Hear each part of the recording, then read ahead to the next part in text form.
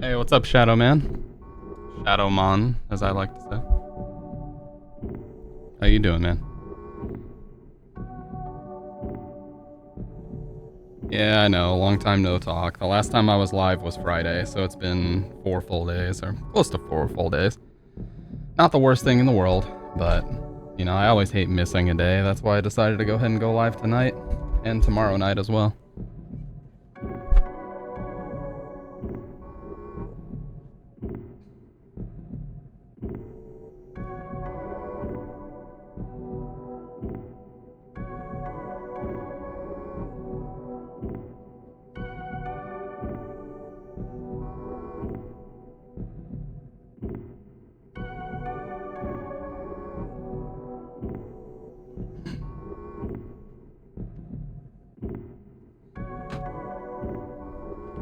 Okay.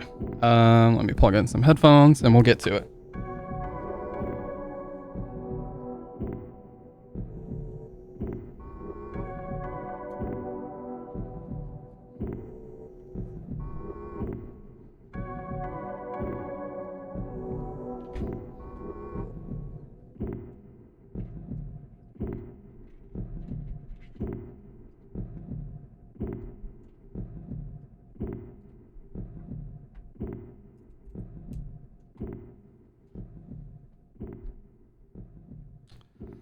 Memory of the Water. It's been a while since I heard that one.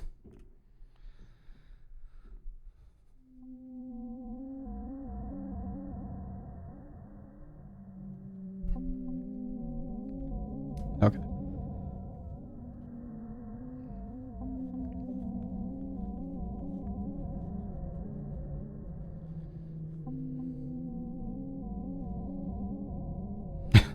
What's up, dude? I gotta fix the white balance. Dude, it wants me to look super, super pale like all the time. That's okay, that's better. If I don't mess with that at all, it just makes me look like a damn alien and I have no idea why. It's unnecessary. Entirely unnecessary, man. There's no reason for all of this. Okay. Anyways, so Rule of Rose. Kind of wanted to talk about that a little bit more because we just finished that playthrough this past Friday. Actually a lot darker of a game than I initially realized.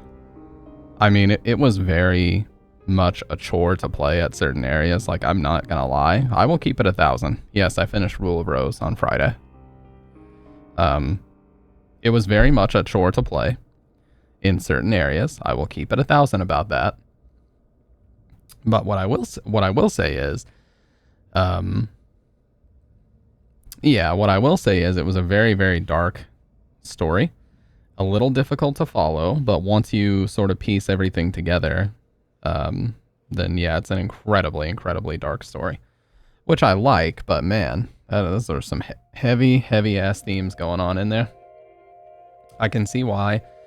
I can see why it has the, I don't want to say cult following, but I can see why it has the fan base that it does, because it is a very unique game as far as the PS2 and horror and the story and everything. But man, it's just like it's like a darker, more visceral Silent Hill 2 Angela story is what I think of it as.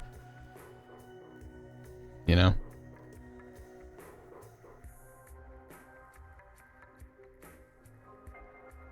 Yes, I've heard of Until Dawn. That was the game that the company who made The Quarry did first, right?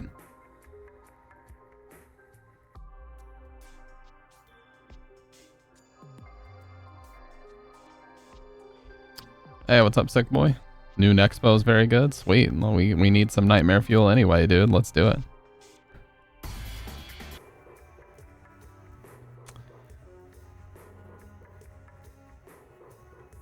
Oh, no. I've never played it. No. I have never played Until Dawn. Although people have told me it's very good and that I should play it, I have not played it.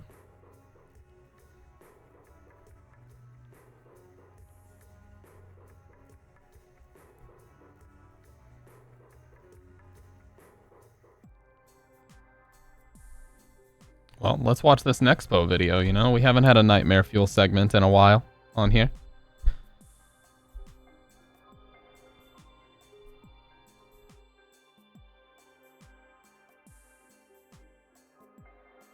Yeah, Supermassive Games. I really do enjoy their games. The only thing that I don't like about it is how cheesy they can be. Like, a lot of their games have the issue of sounding and looking like a B horror movie. Sometimes even a C horror movie. You know what I mean? Like, The Quarry has all that cheesy ass dialogue about the butter pops and the fucking there's just a lot. There's a lot of really, really cheesy dialogue that you would find in like a low quality fucking sci-fi movie, super late at night or super early in the morning, however you decide to look at that. But that's the biggest thing that irks me about their games is like just so fucking cheesy, man, in so many different ways. So there's a video called The Boiled One. It's a dialogue horror and apparently it's real. Well, let's check out this Nexpo video first, because if there's one person I trust for video and game suggestions, it's Sick Boy. So let's see what we got going on here. Is it the Instagram's Darkest Rabbit Holes video? Or is it the... Oh, never mind, never mind. So I thought that there was another... Yeah? Okay, cool. We'll watch that. There was one that was like... it might have been Nick Crowley. Yeah, this one, Smartschoolboy9, an internet rabbit hole. I thought that was what you were talking about because this video is just a couple days old, but let's watch this. It's time for our first actual Nightmare Fuel segment in ages. How have you been, by the way, Sick? You don't trust me? No, I trust you. I do. I'm just saying if there's one person I know for a fact with a proven track record over time, it's Sick Boy. I trust most everybody's suggestions in here. I mean, people don't lead me astray, but there's one man who has never led me astray. Been okay?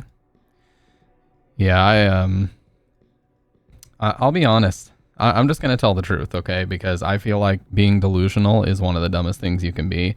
I really fell off with my diet and the walking and everything. Like it's just horrible. You know, I introduced fast food and it just snowballed out of control. Now, it's only been a couple days and I really got back on it today. I fasted all day and the only thing I've eaten is steak. So I got back on it today. But the past few days have been terrible. The weekend has been horrible. I haven't been out walking.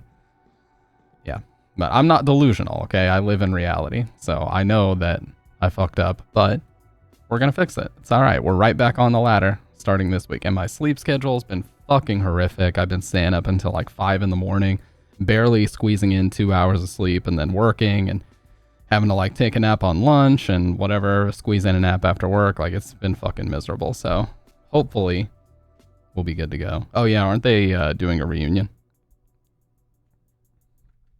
At least that's the rumor, is that they might be doing a reunion. I can literally see it though. You guys might think I'm being paranoid, but I can literally see a chunkier face after just a couple days of not eating correctly. I can see it. So, but hey, it happens. You know, I'm not going to sit here and get all depressed about it. I'm not depressed about it. I just know that I fucked up and we're going to continue on. You are in delusion. No, I'm not, dude. I promise you I'm not, dude. I promise. Anyways, let's watch this video. Nightmare Fuel segment for the first time in a long time. Oh yeah, and I have some liquid courage here. Yeah, right, it's coffee.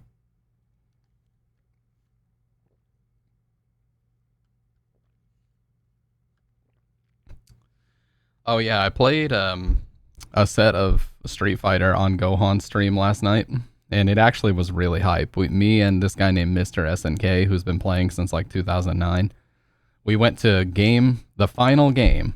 It was 6-6. We went to the final game, final round, and he barely clutched it out on me. It was really hype.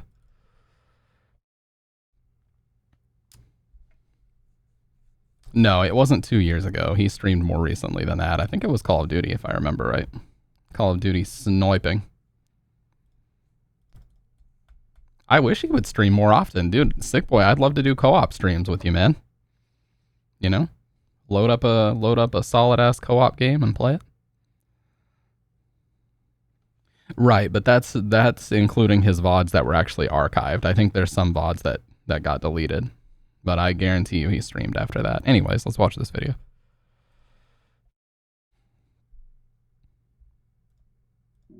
Because I don't have, like, I have streamer friends, but we don't really co-op anything, you know what I mean? Like, we don't group up and play Fortnite Battle Royale. We don't group up and play this, that, or the other. I probably could, but, you know, I need a consistent co-op partner, man. Fuck. Anyways, Nightmare Fuel segment. Let's go.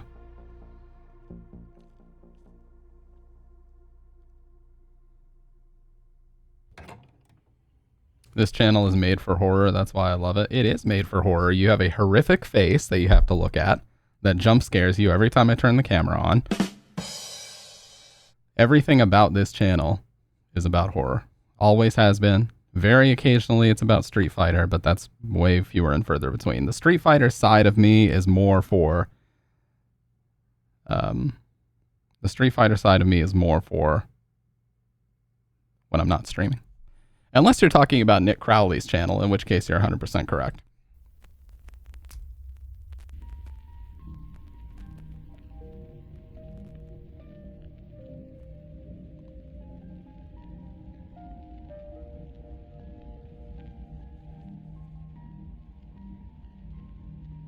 Is this somebody's profile?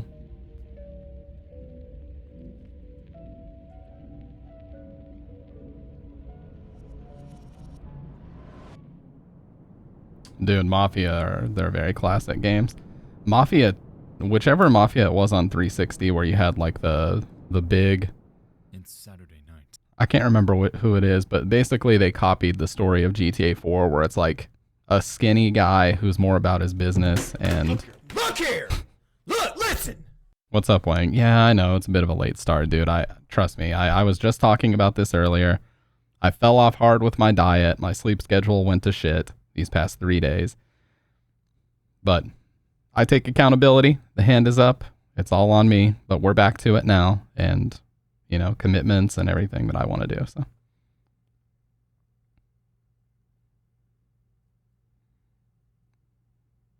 At Shadowman1. What the hell? Jingle_bells. What the fuck? What the fuck? What the hell did I watch? Should be dash. What the fuck? What the hell? Oh, there we go. What the fuck? What the hell did I watch? What the fuck? What the fuck? What the hell did I watch? What the fucking shit, dude? I didn't even realize you could do songs. Well, at least that song is like guaranteed to be public domain, so I won't get copyright stricken for it. But anyways, yeah, sleep schedule went to shit. Diet went to shit. I haven't been out walking, nothing. So me being live tonight is like my commitment to getting back to it. And I'm going to try 10,000 steps every day for the next 5 days. We're going to get it in.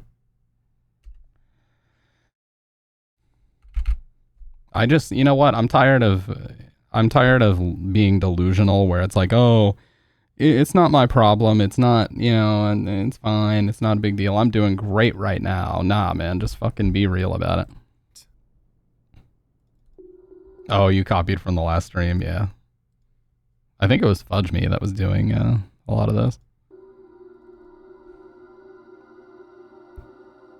A bridge collapses in China. Twisters makes its worldwide debut.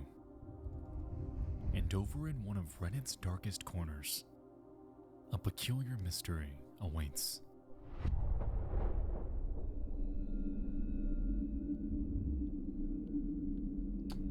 Instagram profiles of people pretending. Korea has just uncovered a series of Instagram accounts, all equally unsettling, uncanny, and terrifying.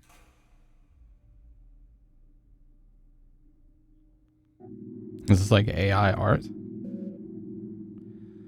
I came across a oh, never mind. He's gonna read it. I came across a post on r/Instagram where someone mentioned these creepy Instagram accounts of people who are seemingly pretending to be kids.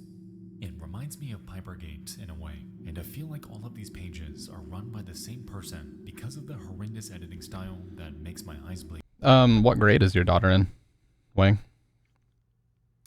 First day of school tomorrow. Isn't she in like 7th or 8th grade? 5th? Oh, okay.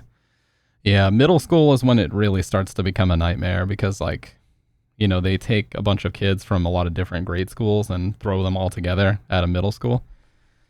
That's when it really turns into a nightmare. That's when like the bullying starts and all that shit. At least that was what it was like at our school. Now I'm talking about school in the South, so it might be a little bit different, but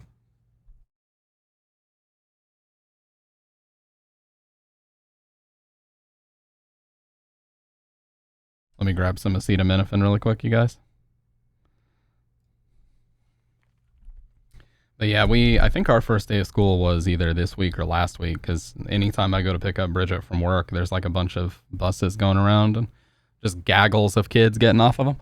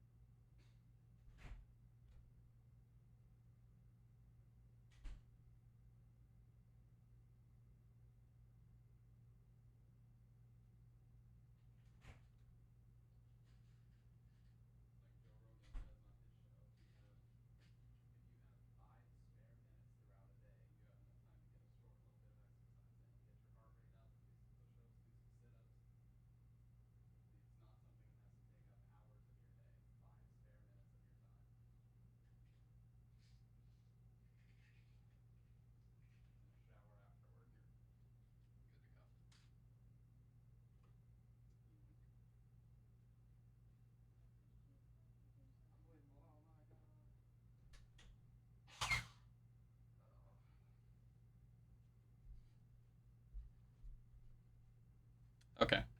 Sorry about that, guys. Sorry about that. Hey, what's up, Malum? Love that badge, by the way. I saw Moda's live again today, so shout outs to Moda. She's in private school that feeds into another school that's all the same kids. Sorry, I can't read. Kids will be kids from her gymnastics team. If anything, she'll be the bully little dickhead.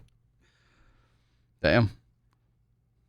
She goes into middle school, and the very first day you're getting calls about her getting into multiple fist fights.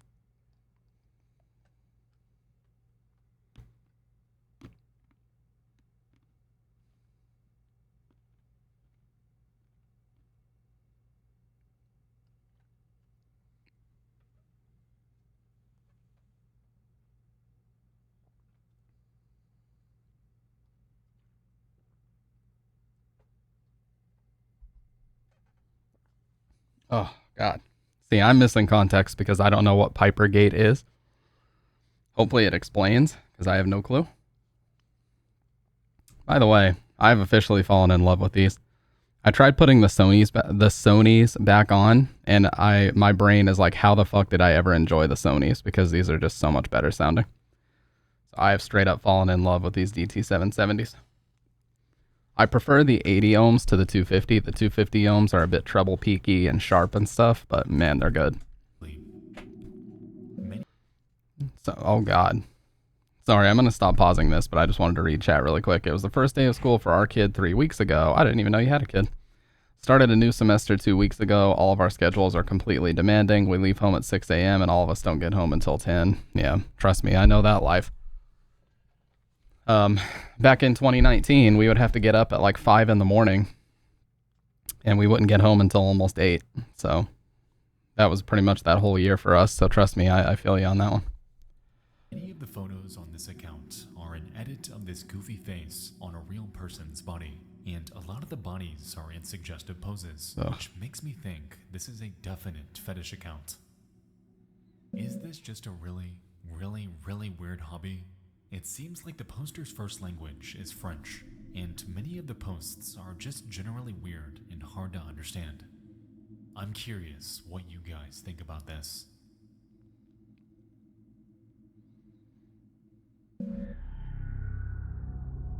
Oh, there it is. So that's what the Nick Crowley video was about. Smartschoolboy9.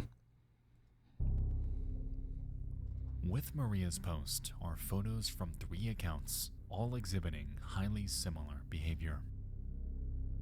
Truthsticks11, Stephanie Schooley, and Smartschoolboy9. At a cursory glance, it's clear that all of these are connected. They all incorporate images of children, edited in a way in which their faces rest in the trenches of the uncanny valley. Hey, what's up, Salt? They all exhibit heavy synthetic makeup, have massive lips. Their heads are disproportionate. The saturation seems to be cranked up. All of these rest at the precipice of visual overload and absolute depravity. Walls of text are thrown in our face about school, friends, things they're interested in, entire facets of their lives. But it's clear that these quote-unquote children, as they're presented, do not even exist.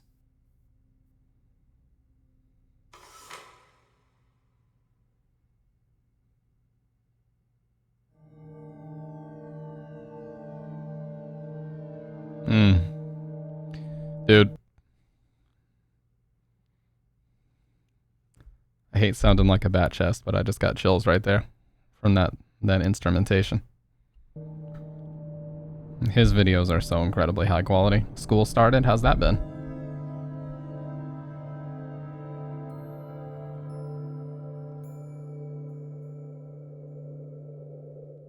It goes without saying that we've seen this type of behavior before. People online trying their hand at creating an ARG in hopes of generating online attention and viral clicks. But that's what I was gonna say. But We now live in an era where people will purposefully make creepy accounts, hoping that a video like this gets made. So that was my original inclination. I was like, I bet it's just some idiot who's out there using AI to generate weird images to hopefully get on like a Nick Crowley or a Nexpo style channel. even still, I wonder, is this what we're dealing with here? On the account Truthsticks11, many of the early posts carry a considerable amount of irony. Their uploads take an almost condescending tone, lambasting the rise of online predators, following and commenting on the profiles of young boys. I didn't really understand the story.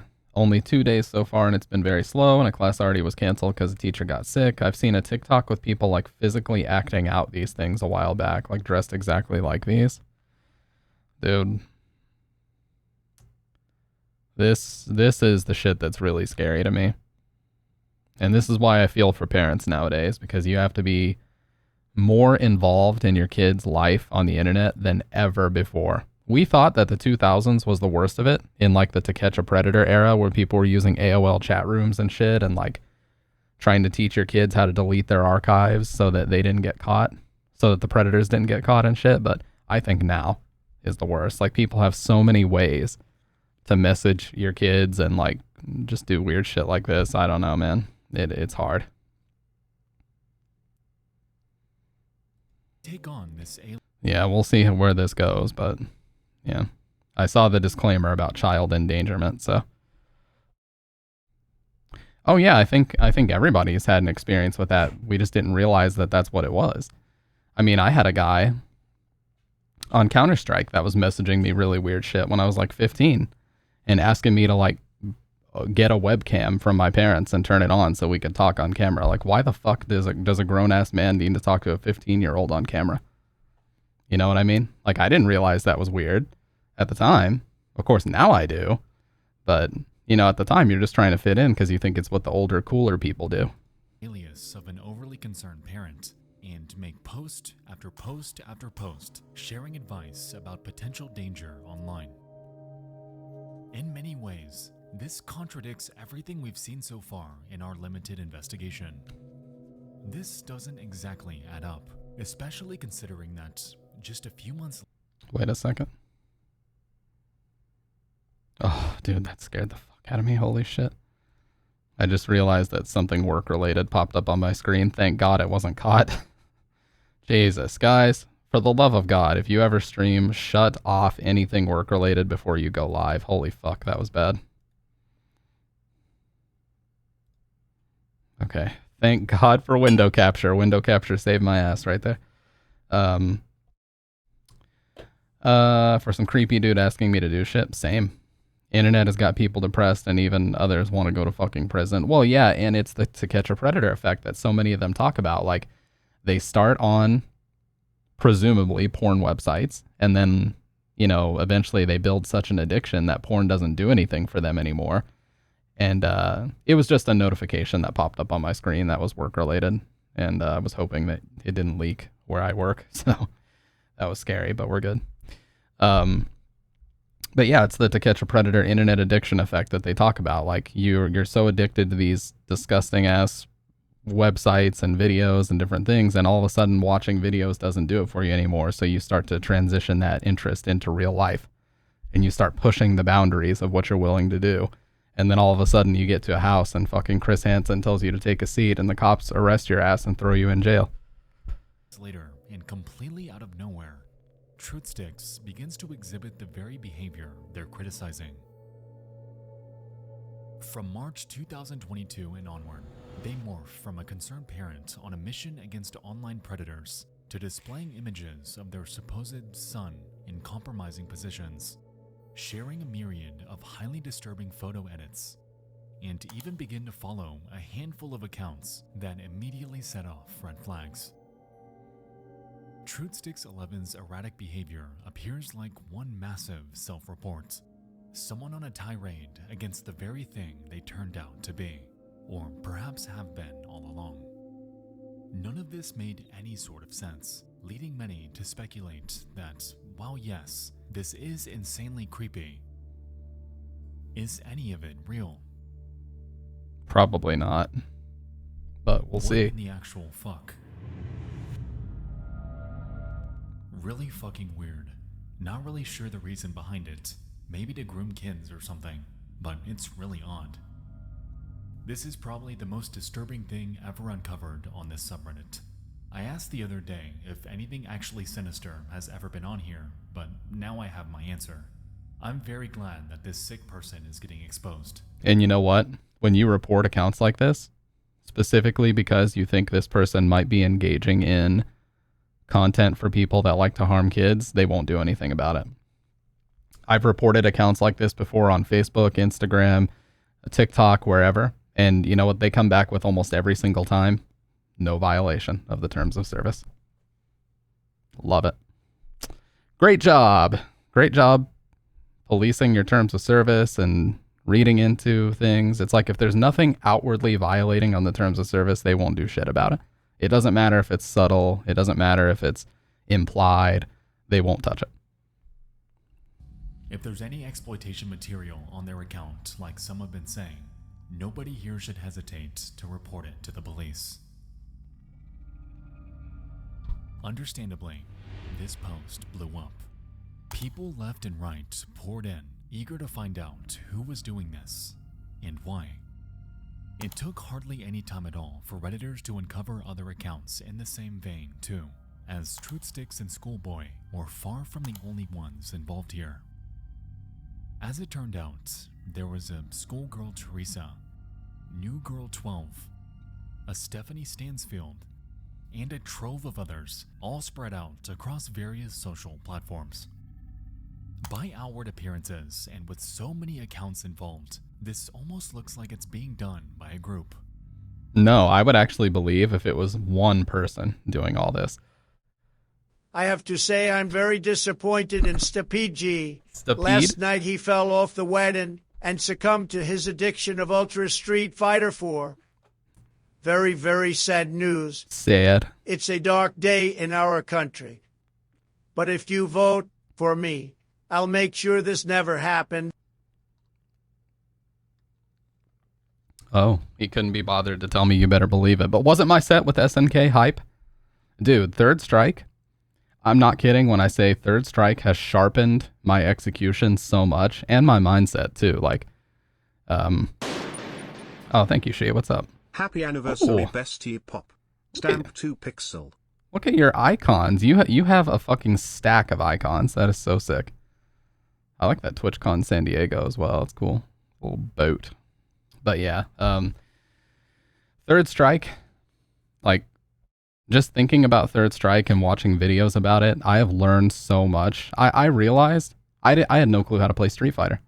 All I did was just autopilot and just go for things without any understanding of like why I'm going for them. I didn't even realize this until I started playing Third Strike. And then when I do those same things in Third Strike, I get obliterated. They make me look like a fucking moron. They make me look like the dumbest person to ever pick up a fight stick when I play Third Strike and I try those set play things, because it just doesn't work in that game and you get punished hardcore. So when I apply that thinking to Street Fighter 4, I actually do way better.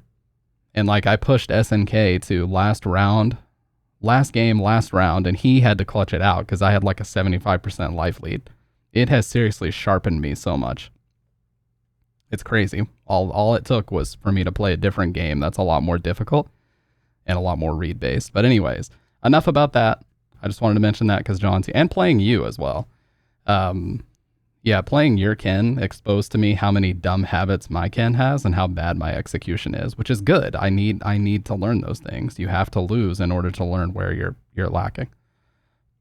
Oh, 100%, dude. If I would have just kept playing 4, none of this would have clicked to me. Like, I would have just kept on doing my same set play shit and, you know, everything. But I can tell I'm a much stronger player for all the Third Strike I've been playing.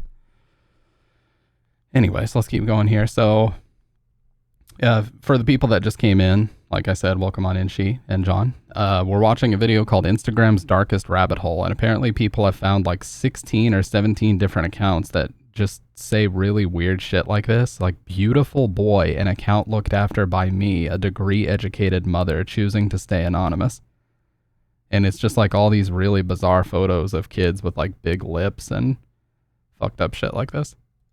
I mean, it has to be. They talk to each other, like each other's photos. There's no way this schoolboy dude has enough time to run all of these, especially for something like an ARG, right? Yeah.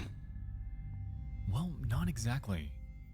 You see, Schoolboy, across all of his accounts, has a very, very strange way of putting on various personas. And on nearly every single video,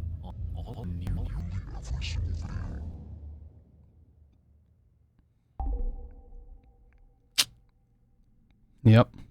They either deleted it or it got this reported. video entered production. The profile of Smartschoolboy9, the centerpiece of this story. One of the only accounts with original, uploaded videos by a discernible person was taken down. It's unclear if this was done because of policy violations or if he's scrubbing his online presence, but as it stands, this one is gone. That's not to say that there aren't archives, though, so pardon the potato quality. Oh god, what is this gonna be?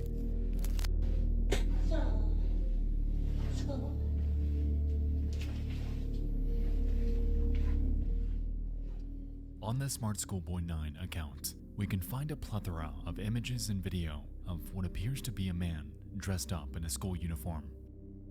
We can see him outside on walks, getting ready for school, and showing off his mini boots. Oh god. That he has a very strong fascination with. This is making my stomach flip, man. This is fucked up. That this person is nowhere near the age of a child, despite his efforts to appear that way.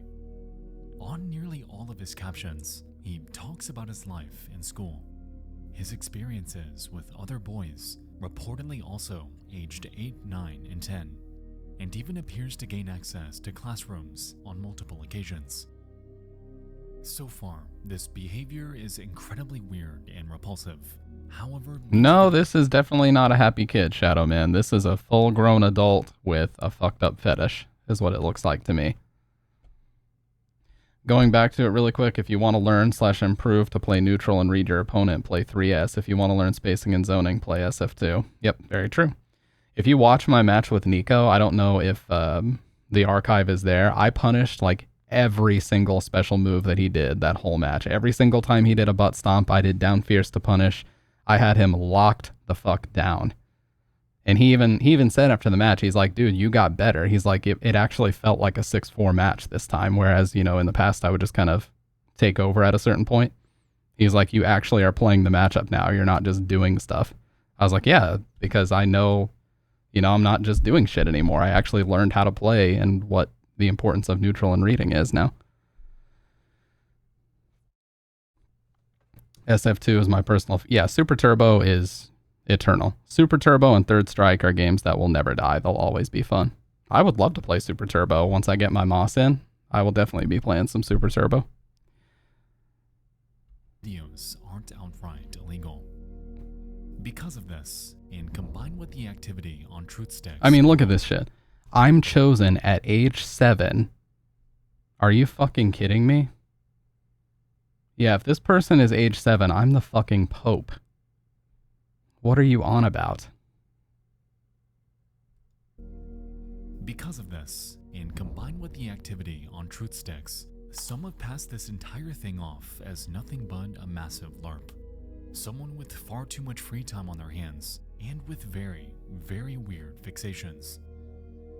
But after diving into this a bit more, though, I've found that that isn't quite the case. There's something I gotta show you.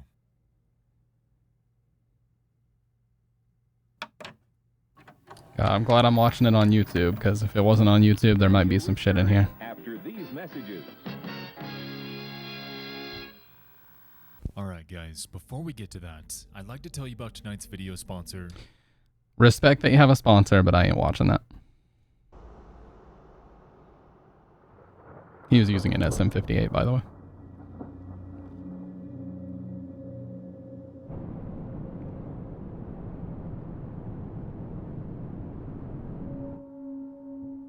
Oh yeah, Bloody Roar games on PS2 were awesome.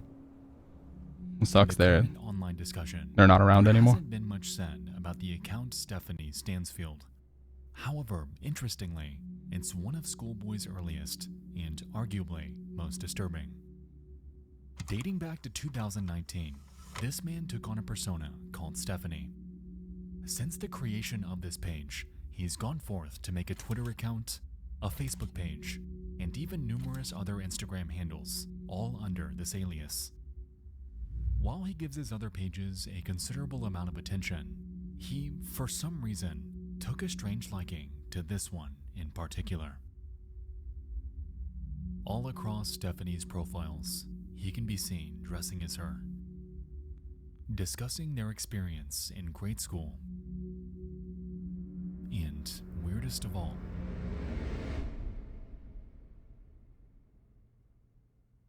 Oh dear God. in a twist that comes as No surprise. Yep. the man behind this rabbit hole expresses a fantasy.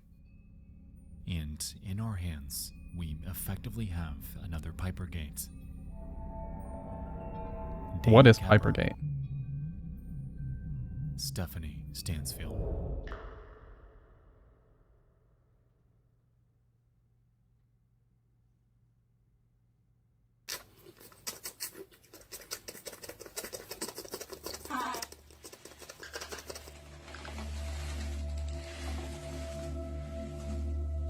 From Stephanie Stansfield. A penalty taker when I'm the goalkeeper, so this person's from the UK, I guess. Me and Morfoot, Milton Keynes, MK11, dressed for school. I really love it in year 7, and I love writing poetry. My Bro. First of all, who is liking these posts outside of this person's other accounts? But just to think for a second about the mind of someone being so warped to make multiple accounts like this, and to sit here and just essentially make shit up about fantasies, like, when people say there's a mental health crisis, it ain't just in the US. I mean, it is. And here's the thing. Maybe it's not even significantly higher than it used to be. Maybe it's just that all of this is visible now on the internet. Maybe that's where the big issue is. It's like all this shit is out there for everyone to see, whereas before it was just kind of happening outside of the internet. I don't know. It could be either one. I don't fucking know, but this is incredibly fucked up. Morfoot music heart. I race to complete my poems when I've got an early start. Heart racing, mixed race rhythms, maximizing miracles. Rice with rap on the map, my Kennington, London syllables. Dancing though I know my underwear might show if I lean forward. My God. Good. Fucking freak. Aside from the repulsive celebration of being able to spot a child's underwear, Stephanie makes a reference to Milton Keynes, a region just north of London in the UK. Yep. This, combined with various other media he shared, quickly led onlookers to realize that this man has been making his rounds across the city of London for years. Also in this post are clear references to poetry, something we'll find to come up later. Upon searching for the name Stephanie Stansfield on Google, we're able to find traces of this person in the wild. For instance, hidden on a random page of the Kennington Runoff, a news website serving the titular neighborhood in South London, we can see Stephanie chiming in on an article about a youth club. Yeah, like this person has just created a whole identity on the internet. This is the type of shit that used to be scary in the 90s on the internet because you didn't know who the fuck you were dealing with. When you were talking to somebody on AOL, when you were talking to somebody on MSN, Messenger, AIM, whatever it happened to be, you didn't know who the fuck you were dealing with. You could think that you're talking to like 5 different people and it could just be one person who has access to 5 accounts. Like that type of stuff used to happen all the time back then.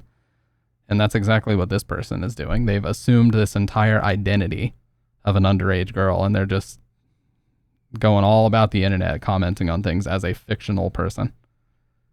Here, though, their mannerisms surprisingly appear a bit tamer.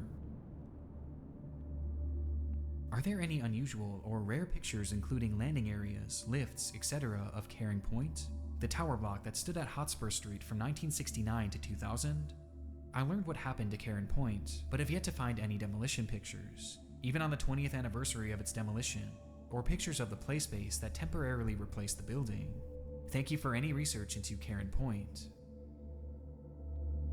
If we had no prior context to this person, this comment would exist in complete normalcy. In a way, it's almost like this person isn't even the Stephanie Stansfield that we've come to know so far. The one showcasing eerie edits, pretending to be a child, creating riddles and poetry. It's like that persona's gone. You know, part of me wants to believe that this person has no ties to the rabbit hole, but even here, I noticed that they just couldn't help themselves. Stephanie Stansfield inquired about a play area, a place obviously associated with kids. Doing any research online about this alleged play place leads to nothing. It existed for such a short period of time that hardly anyone recalls that it was even there. Yeah, so it would have to be somebody that lives in the area that even knows of this. It was a blip in history, so insignificant and overshadowed by the disaster that came before it that it's hardly worth mentioning. Yet Stephanie recalls it to such a degree that they've been on the hunt for any pictures of it. This also seems like even as far back as the year 2000, this person was hanging around play areas, leading me to wonder, was he up to his same antics back then?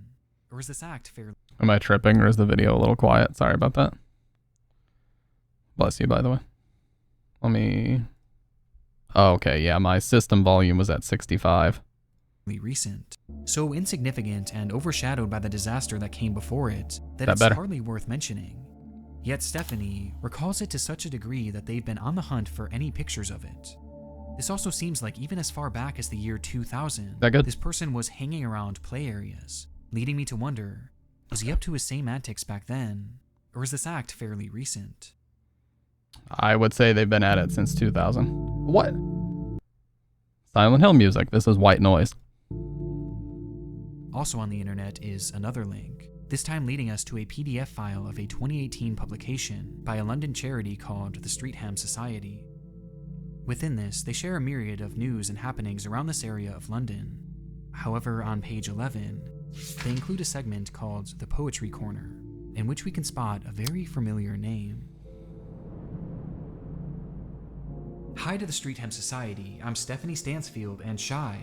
I'm 12 years of age, year 7. I'm London born and lived in Streatham for a while. First of all, no 12-year-old writes like this. What 12-year-old do you guys know that says, I'm 12 years of age, year 7? No, they don't say that. I asked my half-brother what he remembers about the area. Then I put my thoughts onto paper. I could have written much more, but I wanted to keep it short, and yet still include a little tribute to June Whitfield. So it's as if I've traveled through time to include so much. I hope my poem is of some use. Yours sincerely, Stephanie. Yeah, not any normal person, much less a fucking 12-year-old would type After like that. glancing at her writing, it's abundantly clear that this poem was not written by a 12-year-old. Yeah. It shares details of buildings that were there in the 1990s, as well as references to TV actors that This would is be like a not 40 or only 50-year-old unrealistic for man. a child to remember, but impossible. But even through this mess, there is something to latch onto. In the poem, Stephanie refers to someone who has supposedly fed her this information about his life growing up in London decades prior. It's her half-brother, someone who's old enough to remember all of this. It's someone called David. That's the real David. person, I bet. Gotta be the real person behind the account. I gotta blow my Back nose. on Reddit, investigators were on a similar path. The name David was circulating as a potential suspect for Here's Nick days, Crowley. catalyzed by first-hand accounts of those who had encountered a very similar man to this in the wild. Redditors from his area shared tales of a local figure, a man who would dress up like a child, making his rounds as far south as London and as far north as Doncaster.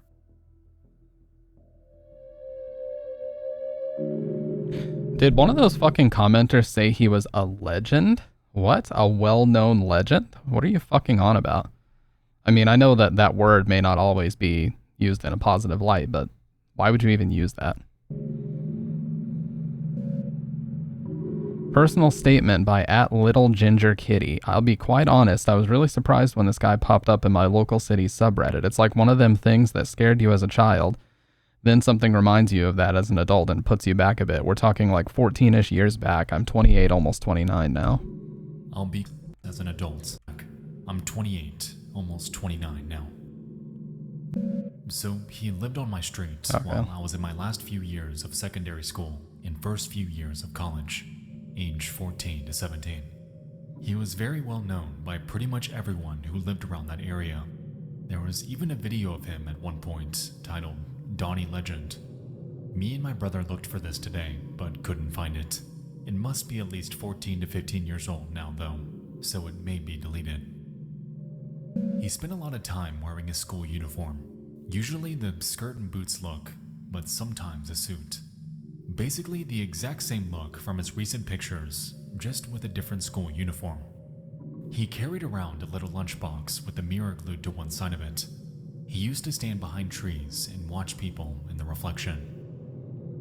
He used to follow kids home from school, going tree to tree. Jesus, actual Michael Myers behavior. What in the fuck is wrong with this person? A few times he was caught looking through people's living room windows that had confronted him in the past. My brothers and stepdad had a few altercations with him. My stepdad and mom especially didn't feel safe living on the same street as him and didn't like how close he lived to the local school, about a 50-second walk. The police were called more times than I'd like to count, and they were never ever concerned. He never committed a crime, according to them. They were very concerned for his safety in this. He was always seen as such a danger, but I honestly just assumed, stupidly as a naive teenager, that this guy didn't know how to use the internet, or at the very least was monitored. It's horrible he's turned up online, though. I'm glad I can now be sure he's left the local city. My daughter starts secondary school next year, and I'm glad he won't be around to terrorize her. I just wish and hope that the authorities would protect the school kids where he is. No, it's not horrible he turned up online. It's good because now, you know, it can be reported properly again. Is a known creep. I used to work at the court 20 years ago, and he was in court in the paper several times for approaching and writing to underage girls while wearing makeup and young girl style clothing. He usually got away without conviction because the courts believed that he didn't intend to do any wrong. He was trying to speak to those girls because he wholeheartedly believed he was a girl of that age. With the claim that this person was roaming neighborhoods as far as 14 years back, along with the statement that Schoolboy had wound up in court 20 entire years ago for writing to underage girls, even then, it's apparent that he's far, far older than I initially thought. Might be in his 50s. This is how he remembers Karen Point. This is how Stephanie knew so much about an era she never lived in. Doing the math here, at minimum, Smartschoolboy9 is at least 40 years old.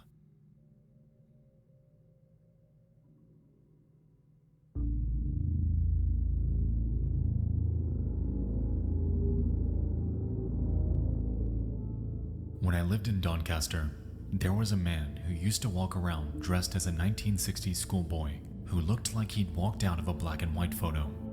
I'm pretty sure his skin was painted white. People said he was called David. For decades, this man has been haunting neighborhoods around the UK, approaching children that are likely afraid of him, posting pictures of those that have no knowledge of his existence, and gravitating towards schools, seemingly under the belief that he's a child. Online activity by this person in which he's well-spoken and drops the act, though, like on his Facebook. He makes it clear that he knows what he's doing. This person is real, and this person is active. A local boogeyman, if you will, that shows no signs. I wonder if there's any photos of the actual person not in a fucked up outfit. I'm stopping.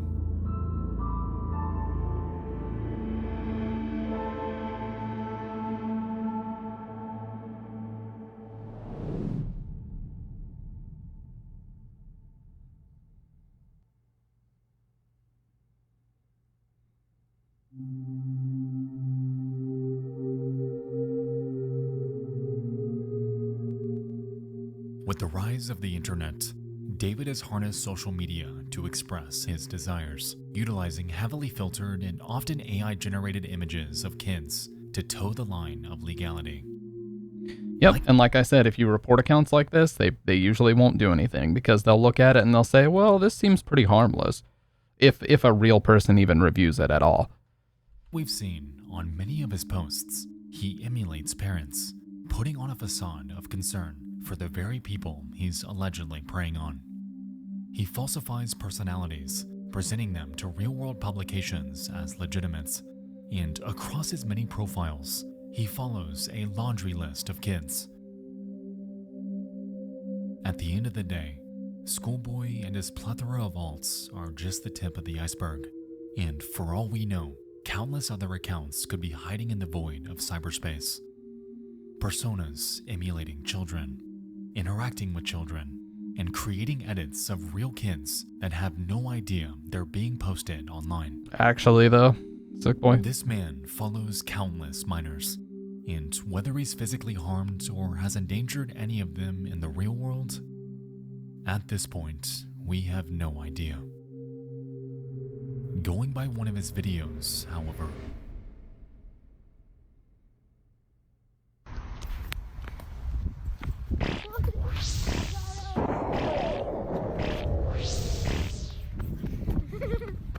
After school, chasing another boy running in heeled mini boots. What the fuck?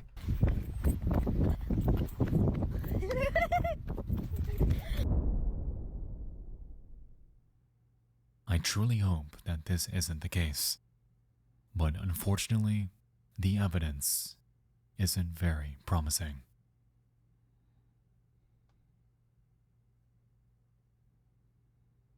Reportedly now under investigation. Well, I mean, he was under investigation many times in the past and they didn't do shit, so. But this is a lot of visibility on this, which is good. I can see why both Nexpo and Nick Crowley made videos now. Gotta get as many eyes on it as possible, dude.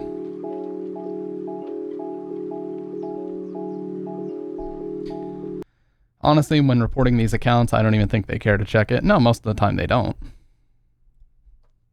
Yeah, on the bright side, 153,000 people now know about it.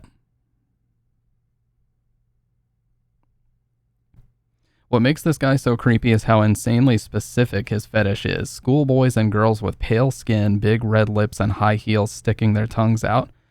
They're all such bizarre, hyper-specific details that add so many different layers of creepiness to an already creepy predator. It's unlike anything I've ever seen before. Yeah. Mental illness isn't an excuse for this. A lack of defined identity isn't an excuse for this. And a lack of tangible evidence or victims coming forward is not an excuse for this. Police should have been much stricter with this individual from the very beginning. You can't tell me that there's any good reason for an adult to dress like that and then interface with children. Just vile. Yeah, there's not. No way in hell is there any viable reason for an adult. And Nick Crowley's video has 1.2 million views. Up pretending. So 1.2 million plus the 150,000 of Nexpo. Yeah, so there's a lot of eyes on this. And if there were already a bunch of people on Reddit who know who the fuck this guy is, or at least know roughly where he lives, I'm sure he's probably already been outed somewhere. RE2 GOG release out now? I think I already bought the trilogy, so I should have access to it now. I bought the trilogy for like $24.99 as soon as it became available, and it already offered me to install it. I just couldn't because it wasn't available yet. Oh man, I agree with you, Shadow Man. That's the shit that messes with me too. I can only imagine having kids in this time. Like, I realize that person is a very specific case and an absolute fucking freak, but man. Yeah, I already own the game. I just have to install it. That's a tough watch. That is a tough watch for sure. And that kid he was chasing at the end too. I don't think that kid is dead, but it was clear that kid didn't understand the danger of the situation he was in because he was laughing. Unless that sound was like edited in, I don't know. But that kid probably clearly didn't understand the danger he was in. Jesus Christ, man. See, that's what I'm talking about, you guys. Like, video game horror is nothing compared to shit like that. I mean, Rule of Rose has nothing on shit like that. That's the shit that will actually keep you up at night. And man, I'm gonna be thinking about that for weeks. Holy fuck.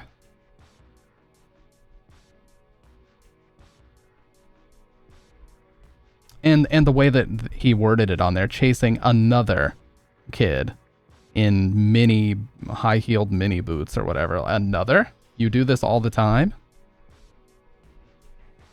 And I'm sure, like it said many times in the post, like local PD have just dismissed it as, oh, he thinks he is a kid. You know, they probably dismissed it as a mentally ill guy. It's like, yeah, there's mental illness going on, but that's not an excuse for that behavior. Just like on To Catch a Predator, when the first thing out of their mouth is, I'm depressed, and this, that, and the other. That's not an excuse. I know plenty of people that have been clinically diagnosed with depression, and they don't go messaging kids and meeting up with them at their house. So fuck right out of here with that excuse. I don't want to hear anything about Smartschoolboy9's depression. Fuck that.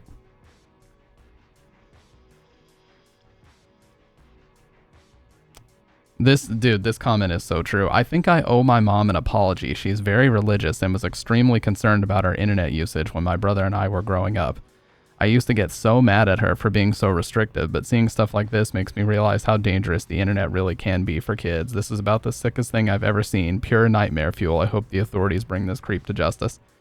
Same. My mom used to tell me when MySpace was popping off. This was like 06 or 07. I used to beg her, can I please make a MySpace? Like I wanted to be cool with all the other kids.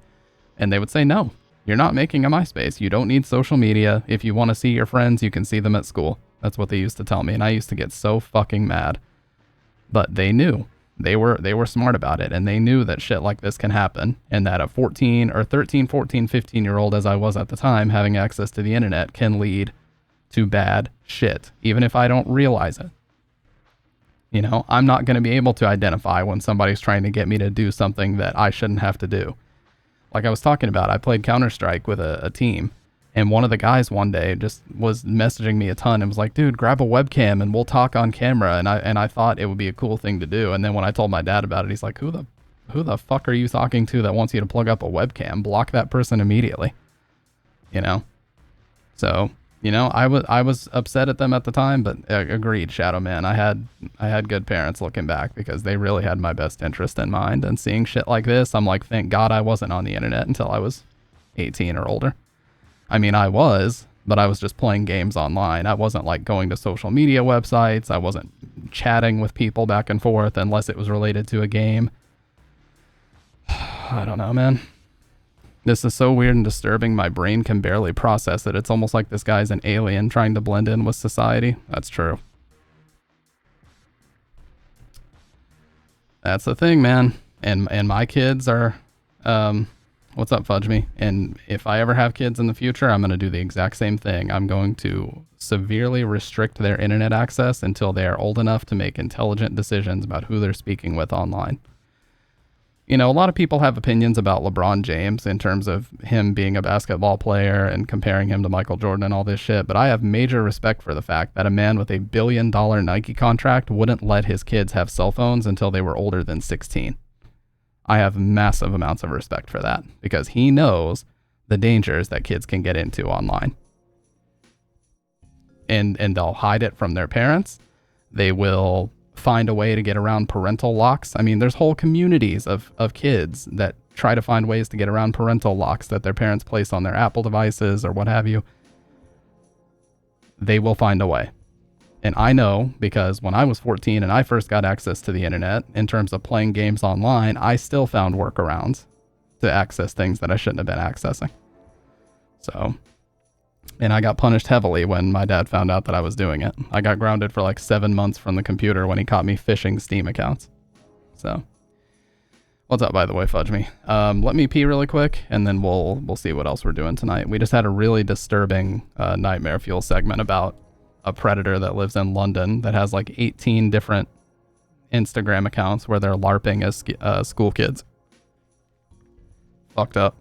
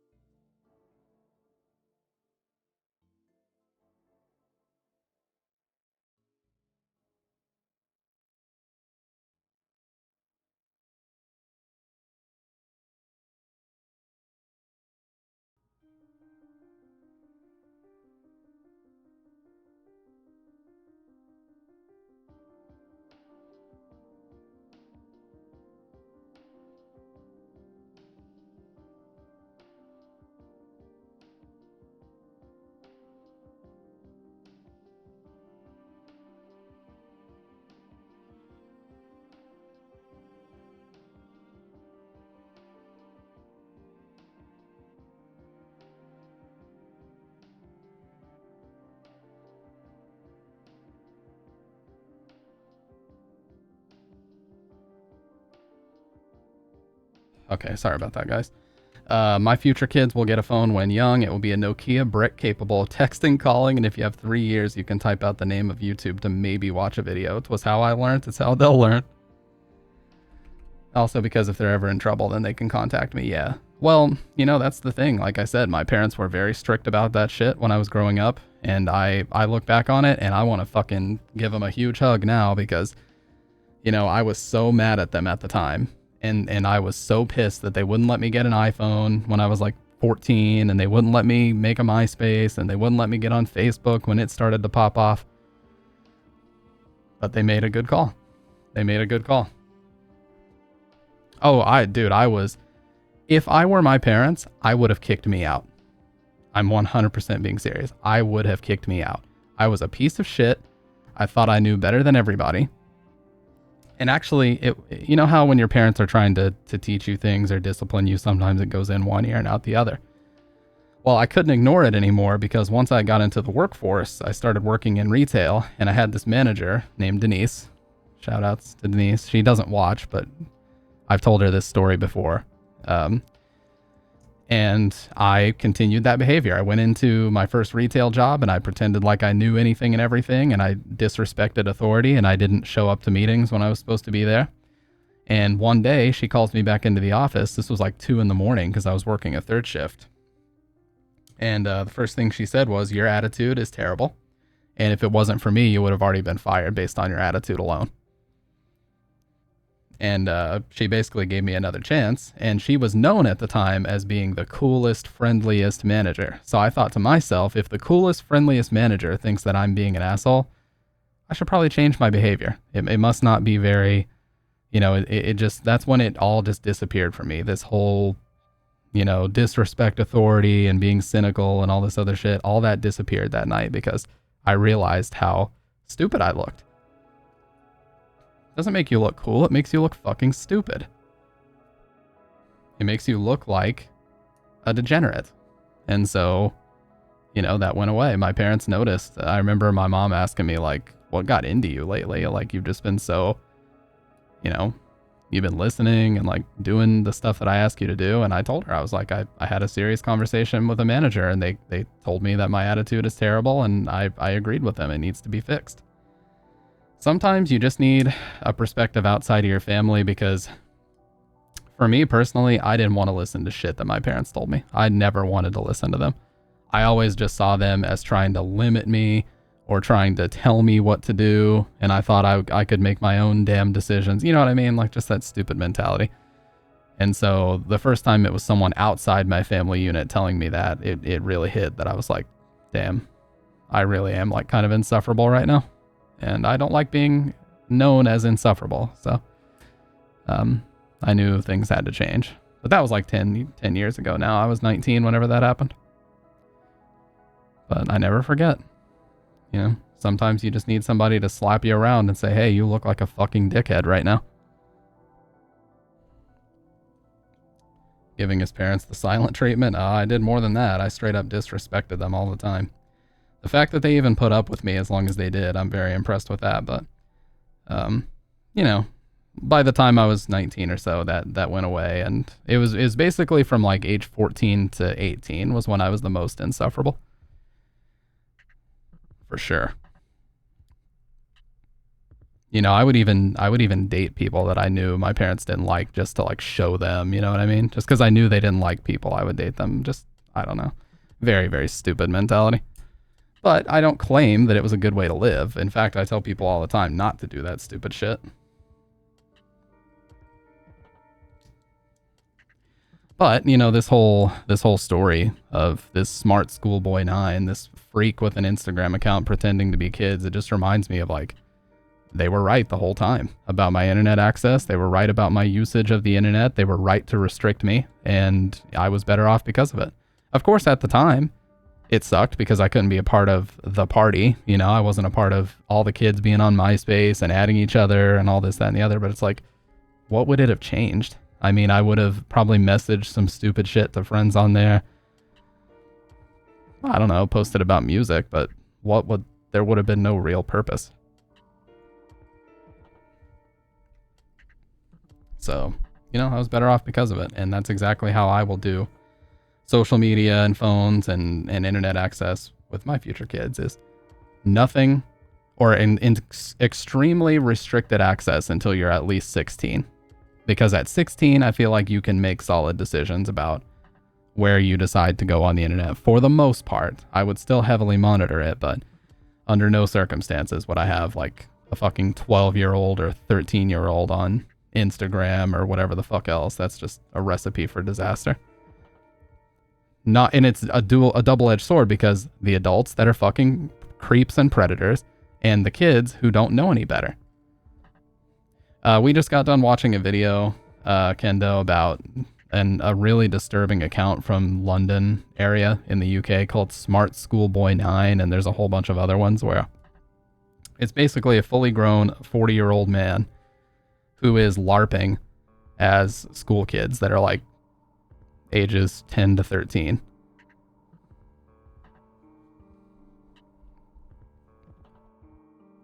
That IGN is edgy AF? What do you mean?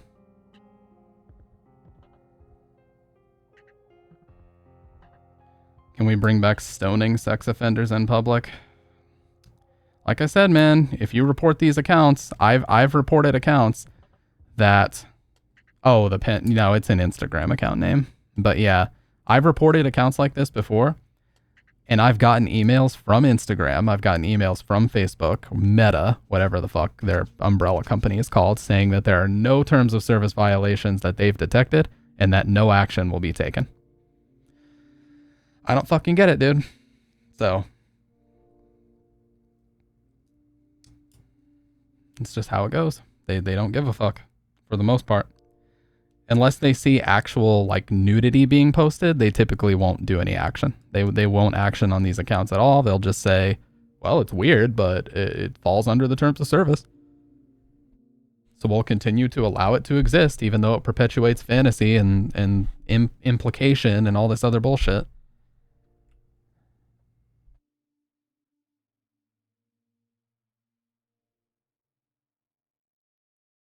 I gotta say, guys, it's incredibly weird to be sitting here talking without my headphones on. I use what's called zero latency monitoring, so I can hear my own voice in my headphones and make sure I'm not talking too loud, but sometimes it's nice to just sit here and talk without being able to hear the Silent Hill music and stuff, you know? I see a lot of streamers like Maximilian, they always talk with no headphones on and they sound great, so I figure, fuck it, maybe for just chatting I can do this sometimes. Y'all remember the I just bought more land in the metaverse ad just being a meme? Is it turning into a real thing now? Trust me, I would 100% believe that people would waste money on that because I grew up in the era of an MMO called Second Life. And there was a guy on this MMO called Second Life who remortgaged his house to buy like a big piece of land inside of the game. He remortgaged his house to purchase this. I'm not fucking kidding. There was like a Showtime or an HBO documentary about online gaming addiction, and he was featured in it in like 2004. I'm looking it up right now. Man remortgages house. Second Life. Man pays mortgage with proceeds from Second Life gig. Let's see. Jason Ainsworth, age 36, plays Second Life at least 4 hours a day, earning $1,800 per month after taxes. That's enough to pay the mortgage. So it might be the same guy, but he initially, to do this, I forget what it was. It was like basically inside the game, they had like this big hub property area where you could pay the owner of that property to set up like a store for items in the game, but you would have to pay real world money to whoever owned it. Like they literally tried to set up a landlord / property system in the game, and they did. And so he remortgaged his house and spent like $80,000 purchasing this property, and then he started to make passive income from owning it. Like, how fucking bizarre is that, man? That is so bizarre. IDK speaking about Meta, Facebook, Insta, Zuckerberg's Lizard Army just reminded me about that ad. Yeah. I don't know, man. Today is a very, very weird time. You know, and other people have said this. This is far from an original thought from me, but it's so true. Like, even Metal Gear Solid 2 touched on this. Like, I would say the early 90s to, like, maybe the late 80s to probably 2015 or 16 or so was the information age. Now we live in the disinformation age. It is more difficult to parse through all the information coming out on a daily basis about things happening it's more difficult to parse through that information and find out what's true than it used to be. In the past, a lot of orgs would report the same thing. Now people purposefully misreport things to get clicks, to get engagement, and to farm, essentially, engagement farm. They will purposefully misreport things to engagement farm. And so now you, as a cautious observer, have to go through multiple different sources, comparing and contrasting what is said between them and what isn't, what isn't uniform between a lot of different methods and then, or a lot of different sources, orgs, whatever it happens to be. So you have to basically put in full-time hours to even figure out what the fuck is going on nowadays. And then of course, AI thrown into the mix. People will just engagement farm and say ZOMG video of Will Smith doing a backflip on top of a water tower goes viral, and you know what I mean? Just bullshit. AI generated horseshit. Zuck came out and said he was asked to cover up information from the government. Yeah. No, I heard about that. Like, yeah, we won't get into that, but I heard that was a thing, that like he was either regretting it or apologized for his involvement in it or something like that. To be fair, you should always verify information against other reputable sources. It's why propaganda is less prevalent and useful today. That just happened here. One rando did a creepypasta on a celebrity. We know that rando got served a lawsuit. Yeah.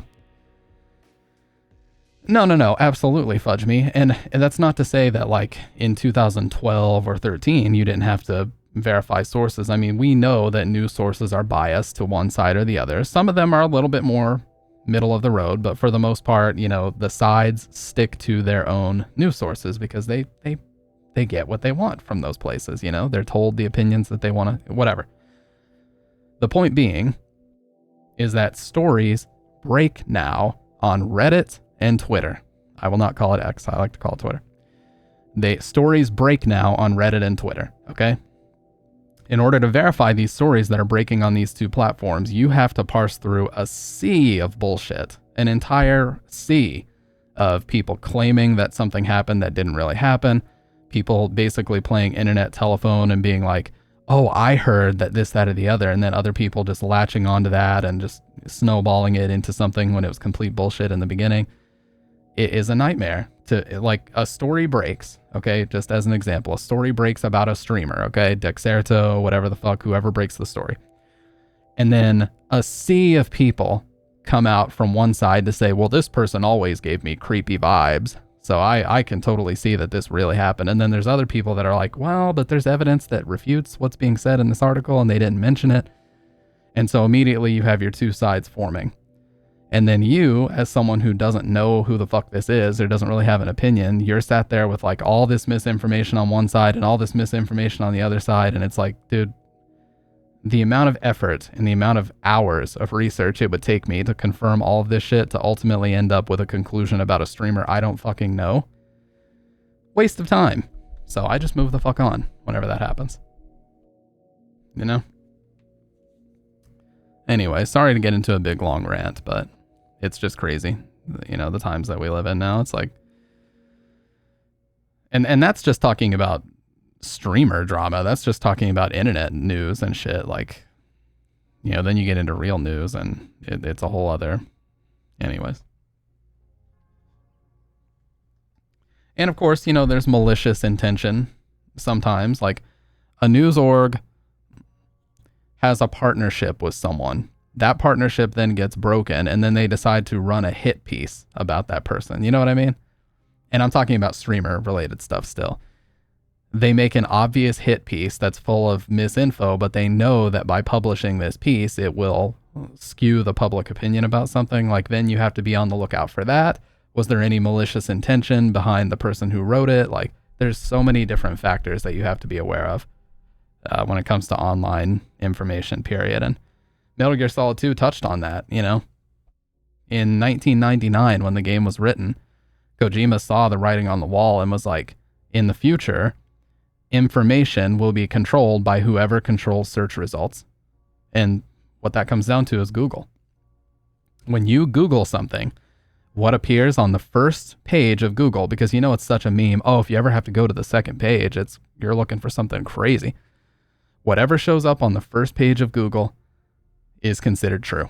It doesn't matter how true it is, but whatever is on that first page of Google is considered true. And there have been stories that people will look up and Google will literally come back and say, there's no information. Or information about this topic is rapidly changing all the time, so we've censored search results while this information is parsed through or whatever. It's happened. There's actual evidence of them actively suppressing information, trying to curate it in a way that formulates the story they want you to see. You know? And this is not even political. This is a lot of different things, you know? There's a lot of different things involved in this, and that's why alternative search engines are so popular right now. People are going to like DuckDuckGo, a lot of other ones. That's the only one that I can actively think of off the top of my head, but yes. When sometimes big news companies also don't do fact checking, yeah, of course.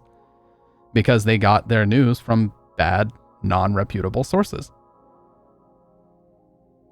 Like if a news article of any kind says like an anonymous source or something like that, that automatically raises eyebrows for some people. But that's why I choose to not get into that world, because it's just so toxic and it's like the worst of human behavior in that world. The Twitter political space is like the worst of the worst.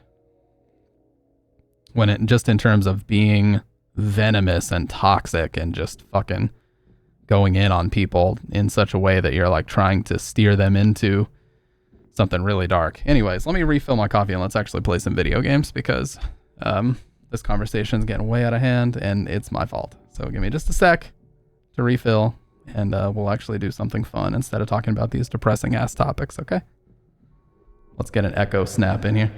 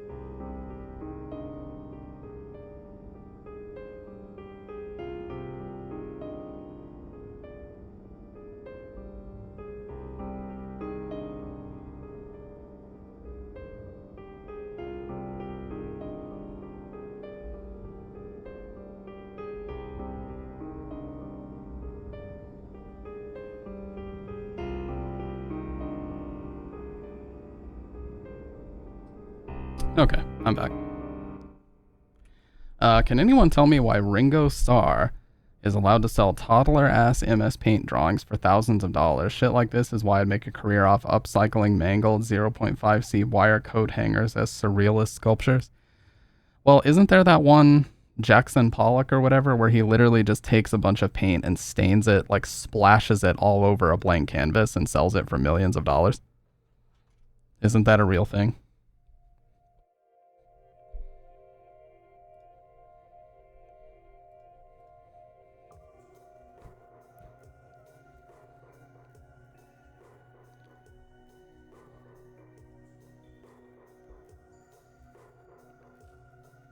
Dude, what is this knocking feature? It keeps trying to like pitch this to me as if I should enable it. What even is this? Enable other streamers to collaborate with you at the click of a button. Hmm?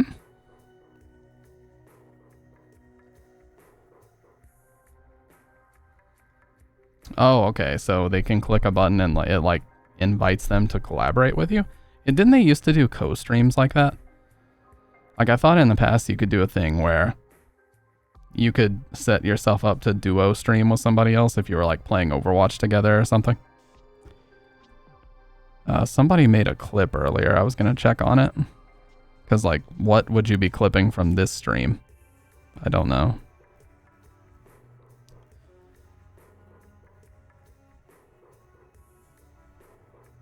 Oh, there we go. Oh, okay. It's your AI TTS redemption, okay. When sometimes big news company is paid or realizes they'll make more money by purposefully publishing fake news. Oh yeah, and you know, here's the thing. They're trying to keep their site going. They will post whatever inflammatory nonsense they need to post to get the traffic. Because what's going to happen is, oh yeah, people will call them out for not telling the truth. Doesn't matter. Within 48 hours, everybody forgets that happened because they've just been continually posting over and over and over.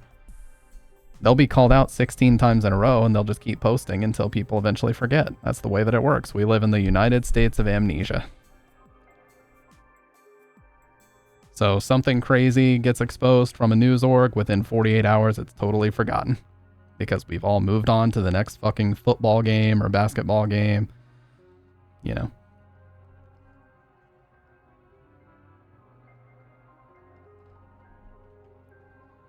NFL highlights have completely squelched the search results for it, or NBA highlights have destroyed it, and the YouTube trending page has moved on to a whole nother horseshit thing. Jackson Pollock makes sense. He helped create an entire artistic movement. He was intentionally commenting on art in real time. Ringo Starr isn't. This isn't some NFTs, but real. Most people don't care about the truth when the lie is more entertaining. That's absolutely true. That's very, very true. So true. So true, bestie. So true. I'm sorry. Or celebrity determines wealth, or any intentional statement. This is just, I spent one day making shitty PNGs and now I print them and sign them for more income. Well, I mean, if people are willing to pay for it, they got nobody to blame but themselves. But yeah, it's crazy. I blow my nose.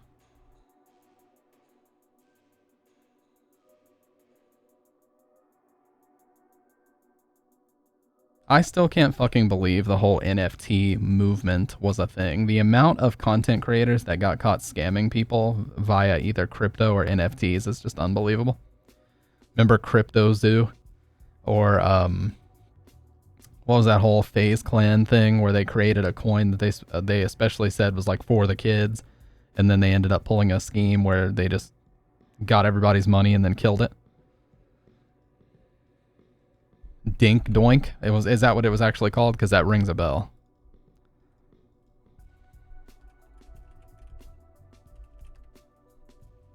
Yeah, literally 0.0000 across the board. Oh, never mind. That was a South Park thing. But it's very true.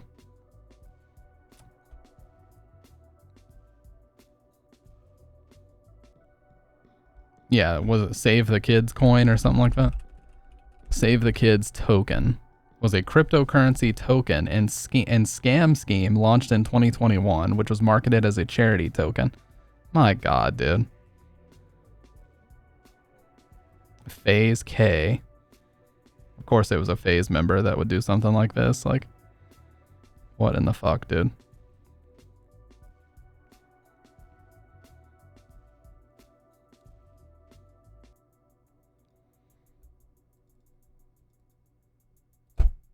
Oh, yeah.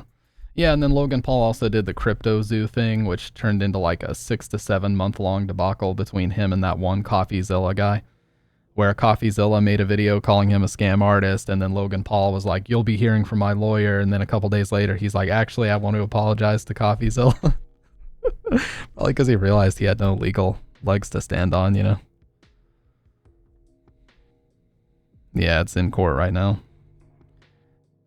It's just funny to me that, like, you know, it's hilarious that it even got to that point when, like, it was all CoffeeZilla was doing was reporting on facts that were well known, you know?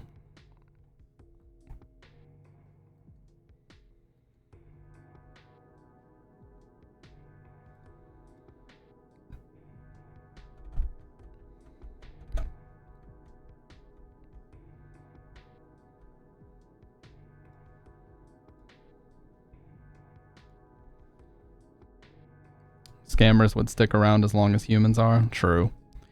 And the NFT thing, what was that, like, Bored Ape Yacht Club? And some of those dudes that were like super ingrained in that lifestyle where like they made NFTs their entire personality for like 6 months just to capitalize on it as much as possible. They still have those stupid Bored Ape profile pictures that they paid absurd amounts for. Just goes to show that, like, no matter what happens, people will, like, I remember in my hometown when fidget spinners and Pokemon Go both blew up, like, everybody and their mother was on Facebook Marketplace selling fidget spinners, trying to capitalize on the hype. And they were trying to find a way to, like, exploit people, like, oh, you can go on my property. If you pay me $20, you can come on my property and hunt for Pokemon. This shit was really happening in my hometown. It's fucking crazy, man. Pay me $20 and you can come into my huge property and hunt for Pokemon. Oh my god. It's disgusting, dude. People really will try anything.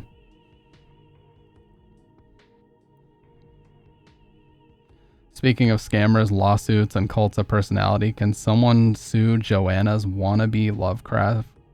Oh, are you talking about J.K. Rowling? Let's not. That's an incredibly inflammatory topic. Let's not get into that, please. But I understand where you're coming from with it. Totally, I am picking up what you're putting down, but let's not get into that whole conversation because that opens up a whole other can of worms.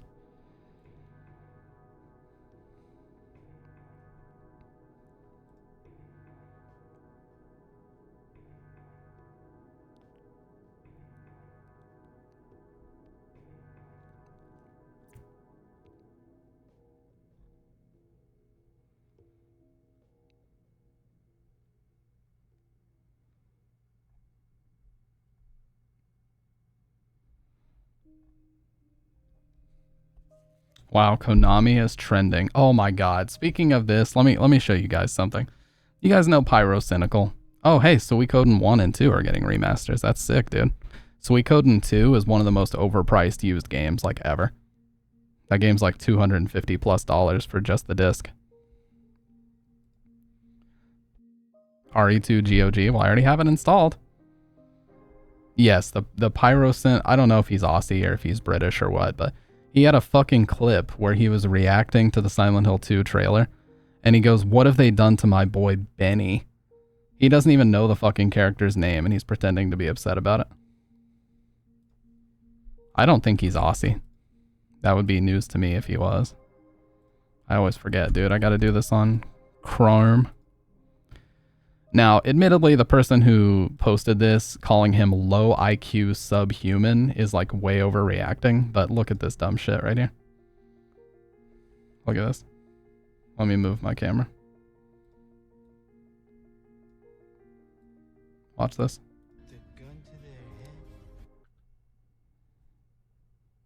What in the big chungus?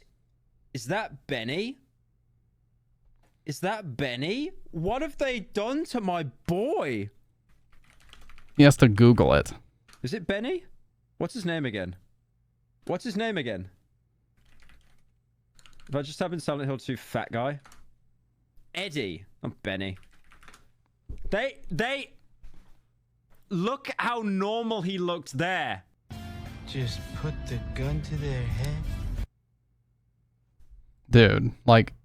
You don't even know the game well enough to know one of the main characters' names. I don't think he looks bad at all. I think he looks fine. And besides, the idea of what obesity looked like in Japan in the year 2000 is much different than what it looks like now. So yeah, they made him a little heavier. Who gives a shit? I think he looks great. If anything, I think it's more like this, like the chin area that people are complaining about, but like, come on, man.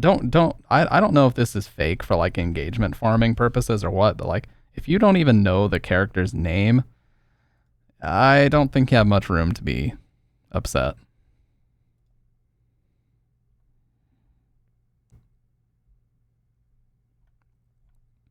But yeah, like, of course, people took this way too far, and like the person who reposted it are like, oh, this dude is a low IQ subhuman specimen.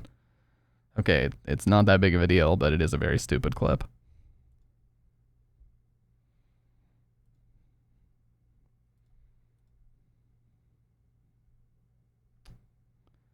Anyways, Konami is trending, dude, for the Suikoden 1 and 2 remake. There's apparently a Castlevania collection coming to Switch.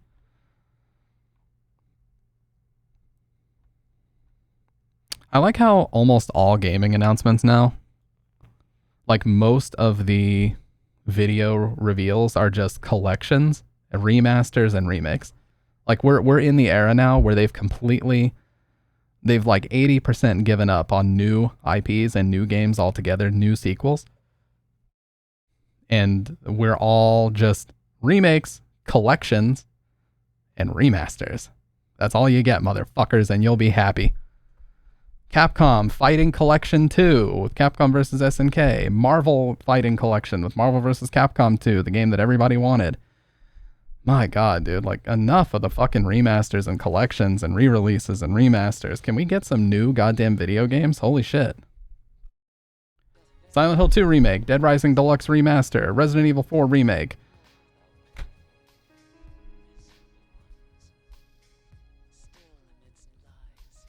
Enough, dude. And we were already talking about this in like 2011. The remaster situation was getting bad because Sony, around 2011 or so, when the PS3 was like winding down and they were working on the PS4, they just decided, let's just release 1,000,001 collections. Devil May Cry collection, Metal Gear Solid HD collection. It was all HD collection. Jak and Daxter HD collection, Sly Cooper HD collection, God of War, you know, Ico Shadow of Colossus, whatever. It was just HD collections as far as the eye could see. And you're like, well, that's cool. It's kind of like a greatest hits of PS2, except they're upscaled to 720p, this, that, and the other. And it just never stopped. That era has not only continued, but it's gained so much momentum that now people are getting hype strictly about re-releases, collections, and remasters. Like, that's what people get hype about now. About old games being re-released and we get to pay for them again. Which, hey, you know, if it is something like a fighting game and you want like modern netcode and modern online, that I can understand. But I'm not against re-releases. It's funny to me the way that things have gone. Like, people used to complain so much about the industry being full of remasters and remakes, and now it's like the only thing that people get excited about. Anytime a new game gets revealed, everybody's instantly calling it cringe or woke or this, that, and the other. And then when a remake is announced, it's, oh, hell yeah, baby, let's go. And I'm the same. I'm not trying to say that I'm above it. I'm a bit of a hypocrite talking right now because I got hype about Dead Rising Deluxe Remaster, so. It's just funny, you know? It's just little observations that your boy Stampede G makes sometimes. It's a funny little world we live in, isn't it?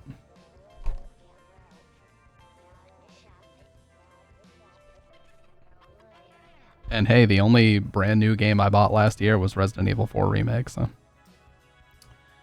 They didn't like remakes and remasters because they didn't have nostalgia for those ones. Now they do have the nostalgia and the new games are drip feeding through the cracks. That was an aggressive plastic straw chomp, it was. You know what, sometimes I just have all this built up tension. I'm curious to see if they are actually doing Code Veronica, because if you guys remember... Now here's the other thing. I'm just going to say this. And you guys are going to know exactly who I'm talking about for the most part. But there are certain streamers on Twitch that when you bring up leaks or anything like that, they instantly get this very stubborn, very aggressive, not even passive aggressive, just directly aggressive tone. And they will call you stupid. They'll say, oh, it's this website. That's certainly reputable, isn't it? Like, yeah, everybody listen, get a load of this dumb fuck. You know what I mean? They'll do that if you mention it in their chat. But there was a conversation a few months ago in a very well-known horror streamer's chat about a 4chan leak. And in this 4chan leak, there's a Japanese user. I want to be clear, by the way, that 4chan leaks have not the worst history. Like, they leaked Sora being in Smash, and it was actually true. Here's the story about that. Someone anonymously posted on 4chan that they worked for Disney in the music division, and that they received a phone call from a representative of Nintendo of America asking to license some of the music from Kingdom Hearts. And they basically said right then and there in the post, Sora is the final character. And this was months before the reveal happened. This was like June, and the reveal happened in October, and it turned out to be Sora, so the leak was true. I'm not saying that we need to peruse 4chan for leaks all the time. I'm not saying that it's the most reputable, but interesting leak happened there a few months ago, which was a person claiming to be a Japanese QA tester alleged that they were working on a Code Veronica remake demo, and they were quality testing it. So they say that the demo is comprised of kind of the intro cutscene of Code Veronica, where you're like in that facility and you get captured and taken to the island. That's what they say the demo is going to be. And instead of just a pre-rendered cutscene like it was on Dreamcast and PS2 and Xbox Live Arcade and all that, it's going to be a fully playable like introduction segment where she gets captured at the end and taken to the prison island.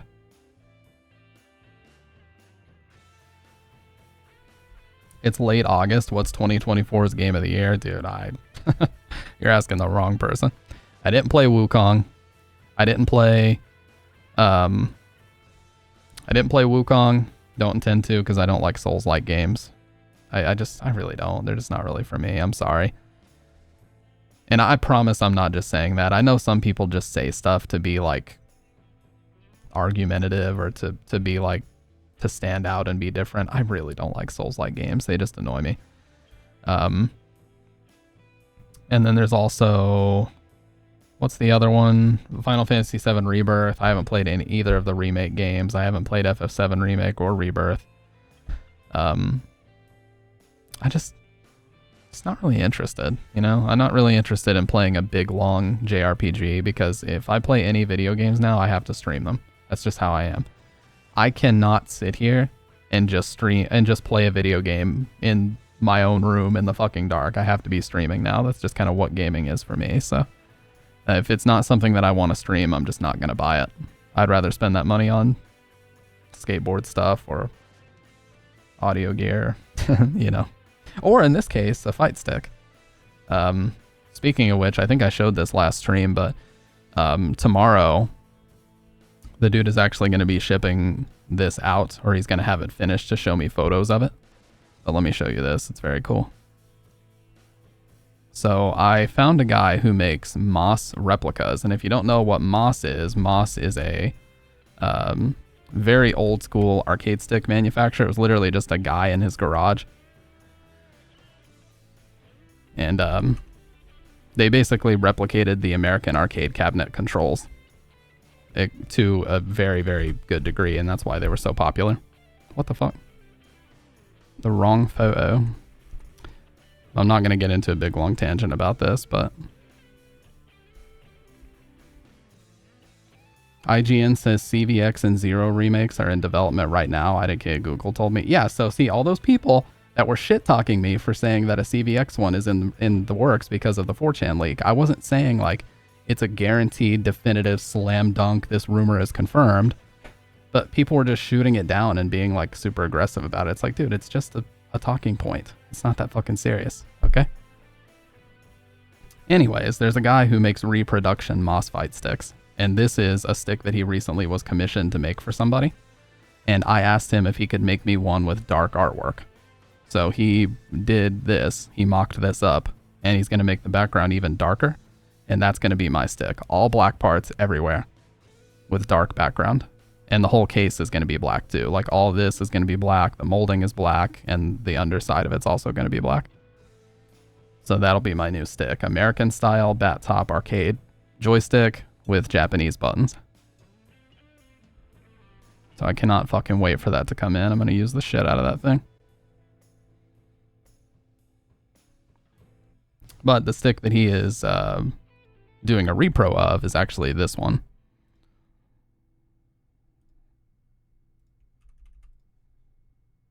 This is what they actually used to look like right here. They didn't have like a clear layer. It was literally just like an arcade control panel. But yeah, American buttons, American stick. That's kind of what he's making reproductions of. I would love to buy this exact case, but the problem is this company, this little heart logo here, this is the Scanline City version. Very unfortunately, the creator of the Moss stick passed away in 2021, and that's why the heart logo with the 2021 is there. And so they're making these sticks as kind of a tribute, and they're actually giving his kids a portion of the proceeds, which is awesome. The only problem is they're just so expensive. Like even just the case is $370. So, you know, that's not even considering the fact that you have to pay like $80 to get all your parts, and then you have to buy a PCB and you have to wire it all together. So that'll probably be another $100 in hardware together. So you're looking at $500 for the whole thing. Yeah, a complete built stick, I think on their website is $530 plus $70 for shipping. So this stick right here, if I wanted to order this exact configuration from their website, I would be looking at about a $600 purchase.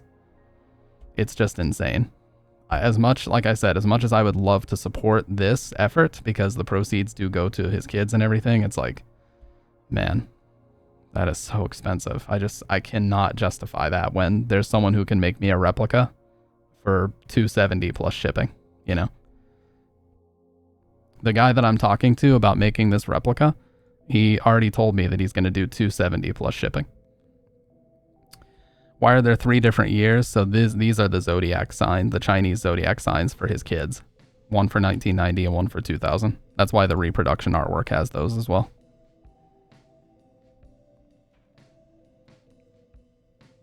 But who knows? Someday maybe I'll get a case for this and just buy the case and then put the parts in later. I don't know.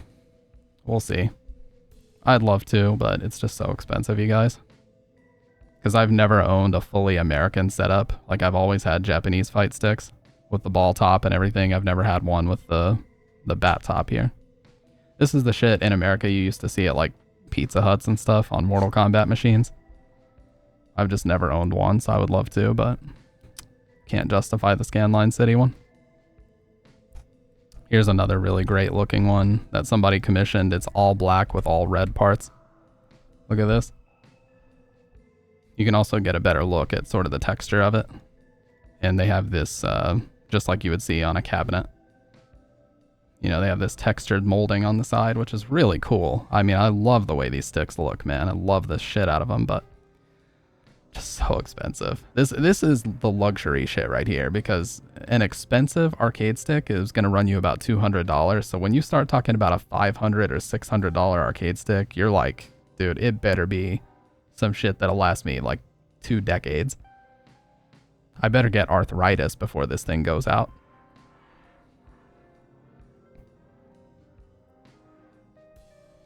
But yeah, that's a dream stick for me. The Scanline City version. Someday I'd like to own one, but just not in the cards right now, and that's okay. I'll be fine with my replica.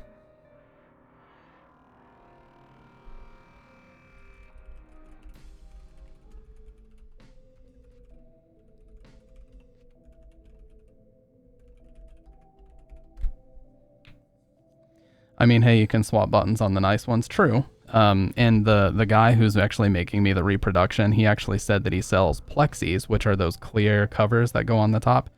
he actually sells a version where you can fit the smaller American arcade buttons in them. So I might just be able to buy a Plexi from him and then just switch out my parts for American parts if I want to later on.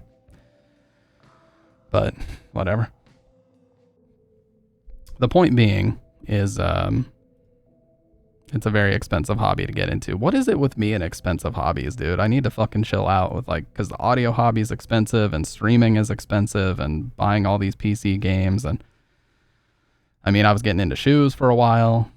I was thinking about buying like 4 or 5 pairs of Dunks. I gotta chill out, dude. I blame you for that though, Wang, because you're always giving me like these really good deals on just disgustingly sick, in a good way, shoes.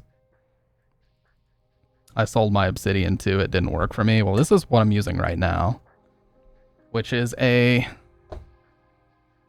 several-year-old Hori stick. This was originally for the PS3 with a Samitsu lever and 6 Sanwa buttons and 2 Hori buttons on the end and a start button up here. So this stick was originally for PS3, and I have a custom PCB in here, and it's been modded and everything. I've been using this stick for years. Don't get into shiny cardboard. I know. But yeah, that's what I play on. And I play really, really hard. Like, I beat the shit out of my sticks. I beat the shit out of my sticks. So that's why I want to use the American parts, because they're known to be built for that. They're known to be built for like playing really hard on them.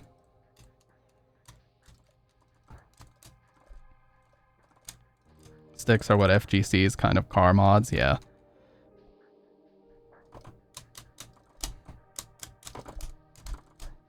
Anyways. Yeah, I just wanted to show that. And it's like falling apart, like the screws are missing and the cable compartment cover is missing. Like, this thing is just old and it's ready to be retired. It's had many, many, many years of use on it.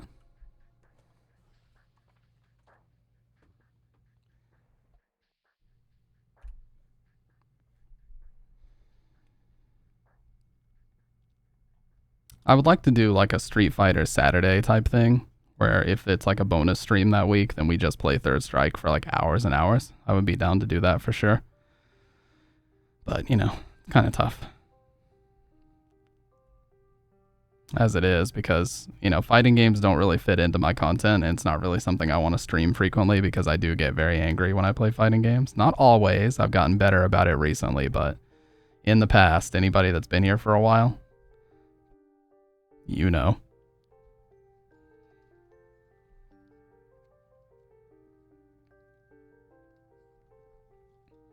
So, but, you know, it's still a very fun hobby. I love arcade sticks, and I love trying out different parts and playing different games with them. I just love it. It's so fun.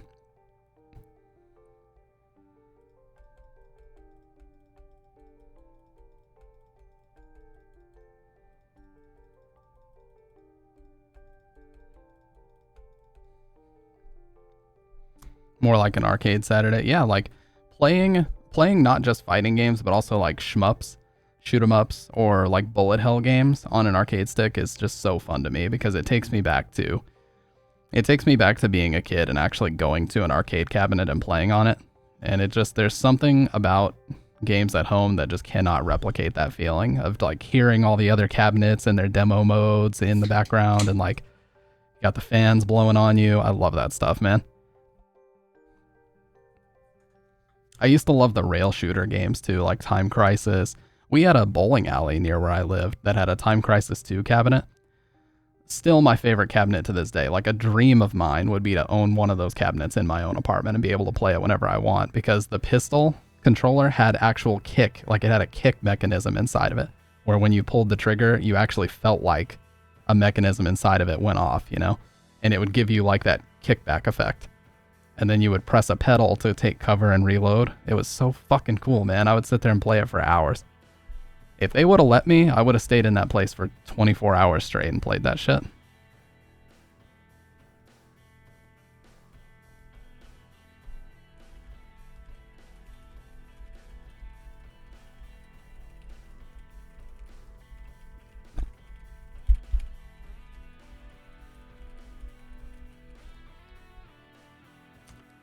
Time Crisis 4 was which one was on PS3? That one was actually pretty cool too. I played the Time Crisis game on PS3 and it had like these little basically the way they had to do it on HD TVs, because light gun technology only worked for CRTs. It had something to do with like the whole screen would basically flash and it would detect where you were pointing at. But it didn't work like that on HD TVs. So yeah, it came with like these little square infrared things that you would have to spread out on top of your flat screen TV, and it would use triangulation, like kind of like the Wii remote technology, to figure out where you were.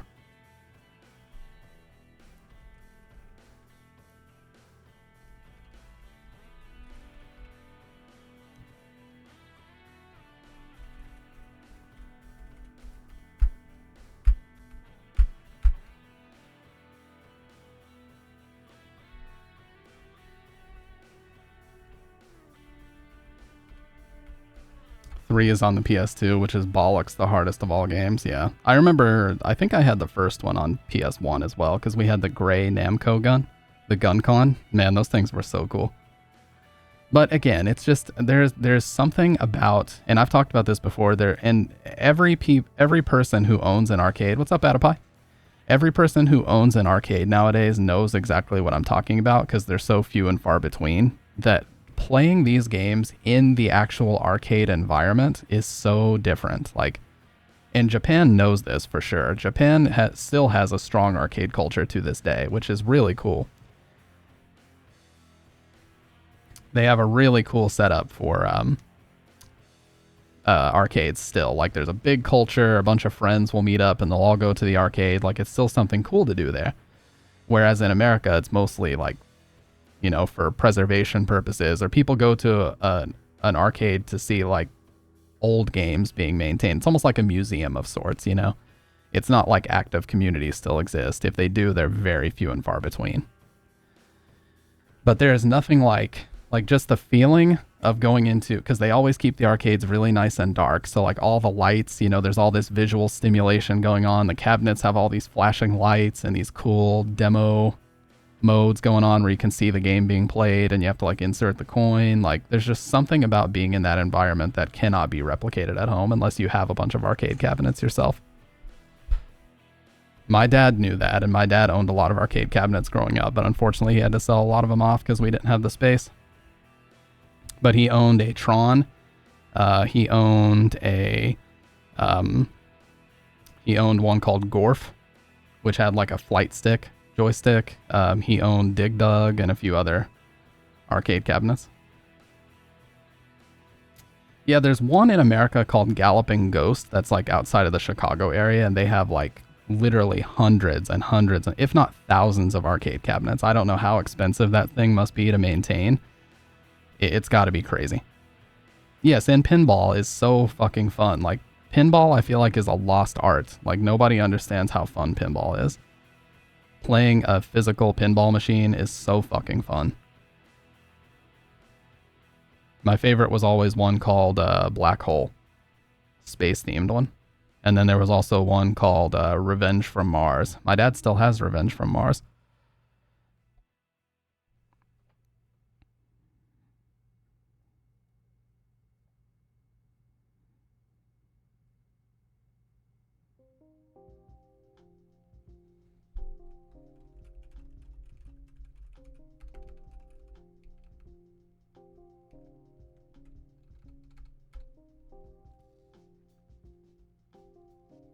Only pinball I remember here was a Star Wars themed one, but that was eons ago. Yeah. They used to make all kinds. There's like a Terminator pinball machine, and there were a lot of there was like a Lord of the Rings pinball machine. There was a lot of movie based ones.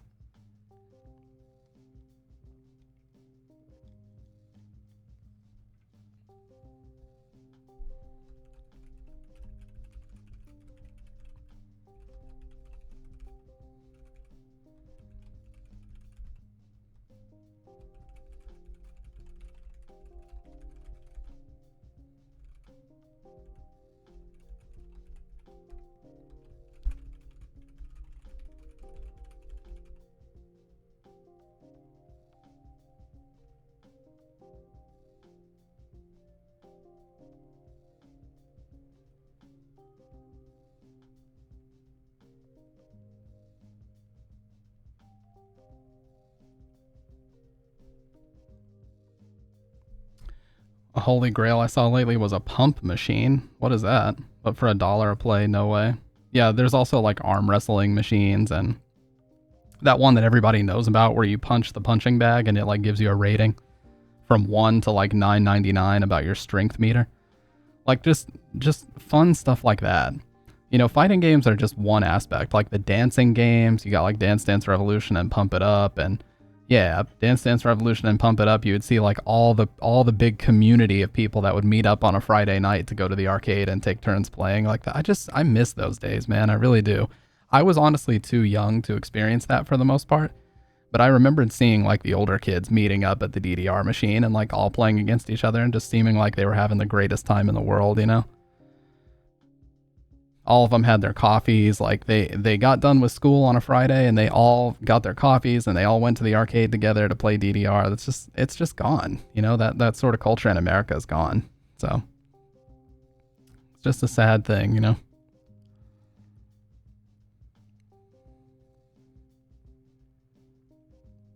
Oh yeah, the fucking red bar that's behind you. Yeah, you like get on the cabinet after somebody's been playing for a while and you feel like all the sweat and shit. It's like, dude, fuck that. Have I considered reviving the culture? Trust me, if I had the financial means, I would love to. I would love to open a warehouse in my state and be like, there's a whole ass arcade in here. Anybody from like the tri-state area that wants to come and play games, you can come do it here. If I had the ability, I would do it. I would absolutely love to do that. Just buy out a warehouse and just absolutely fill it to the brim with as many arcade cabinets as I can get my hand on. You know?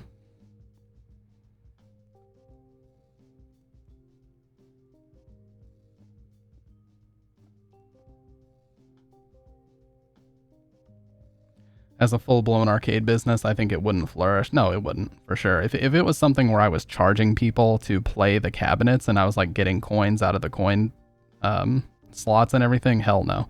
I would basically have to do what Galloping Ghost does, which is charge people at the door, like a door fee, and then just have every cabinet on free play. So you pay for like your drinks or your food or whatever the fuck while you're there, and you basically you can do whatever you want, but you have to pay to go into the door, you know?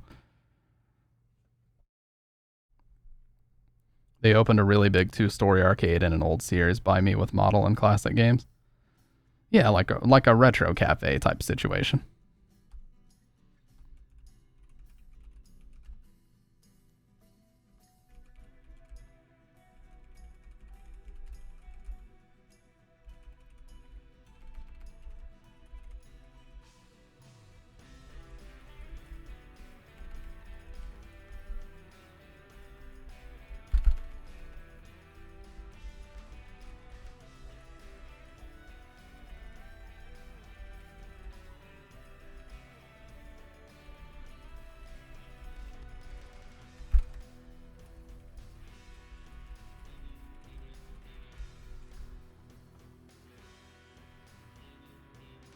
There's another one here with the Dorothy and Nickel games, been around since before me and I'm old. Yeah, I would love to do that, man.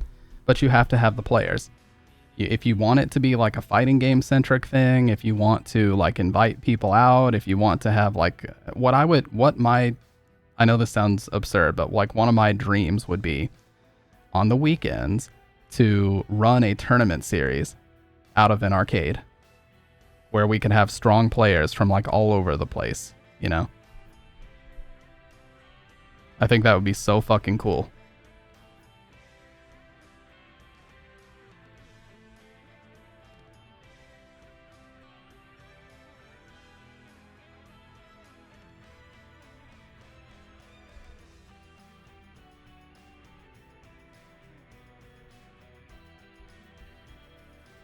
Let's see.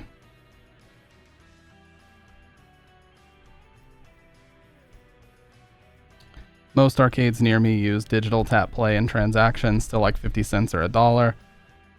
And you can also pay for preloaded cards at the front desk that are good for X amount of games regardless of price. Yeah, that's pretty much how you have, because the business model of like, oh, put in a quarter and you play that, like that doesn't work anymore. Nobody's going to come to your arcade with like a pocket full of quarters. That's just not the way. You know, everybody has their Apple Pay and Samsung Pay and shit now. Like nobody does that.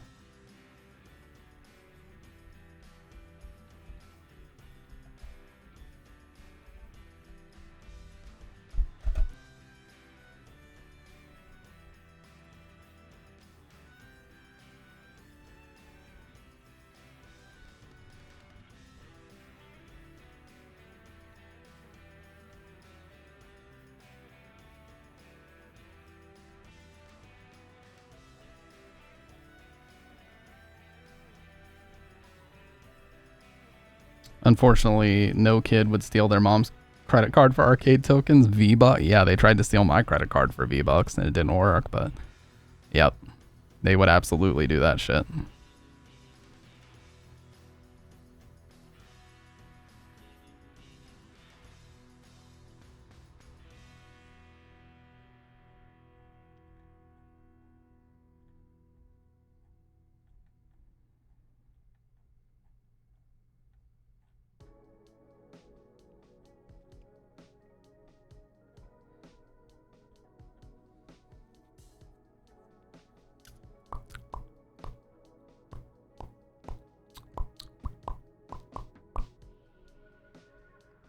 $40 left till Blue. Oh, wow. It's only 40 days away. That's crazy, man. Yep. 40 days until we see what the hell they have in store for us. But even less for the Dead Rising Deluxe Remaster, which I will definitely be playing on stream. That's like a no. That's a no debate. That will definitely be getting played.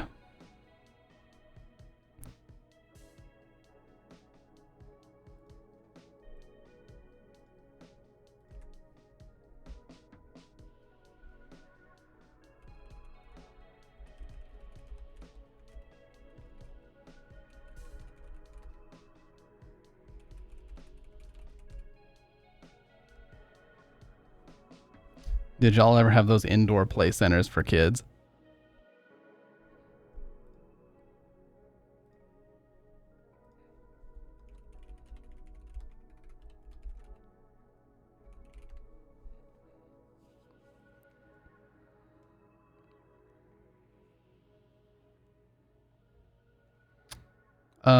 Like basically halfway between a playground and theme park, but indoors for weather reasons. Yeah, I remember like we had a McDonald's with a play place attached to it, and I used to annoy the shit out of my mom because I'd always meet kids there.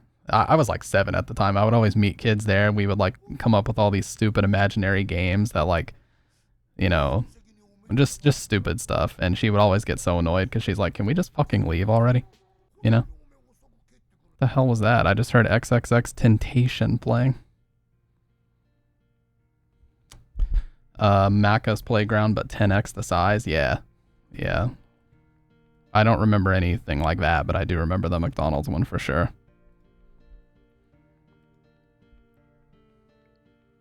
Discovery Zone. Well, we had these, I don't really know what the word would be, but like barcades kind of. Like you can go and eat buffet food and you can also play games. Like we have Chuck E. Cheese in America, and then we have Dave and Buster's. It's kind of like that.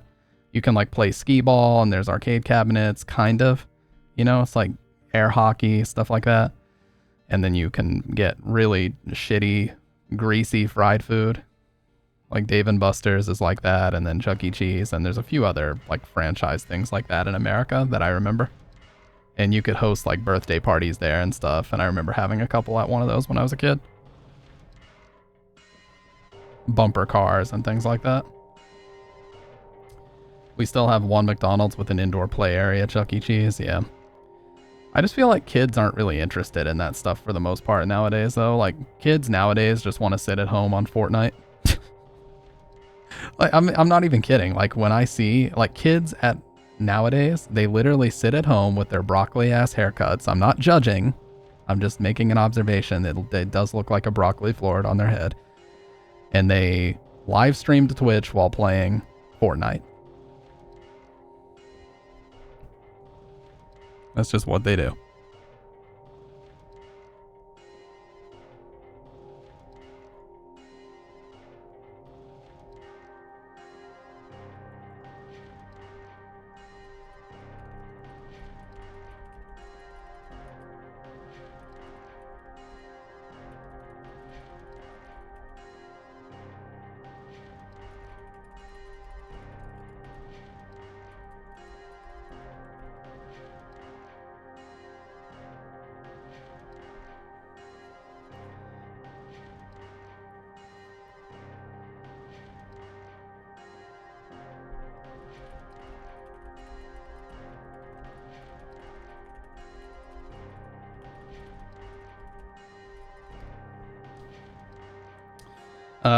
I'm afraid that these kids are going to grow up to be like, well, they're just going to be very antisocial, like hermit types, I feel, you know?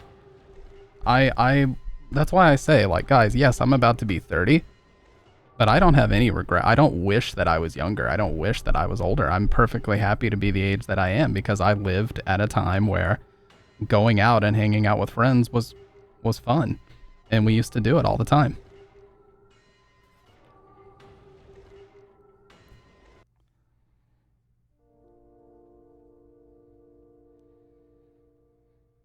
Pasquale's Pizza and Wings, dude.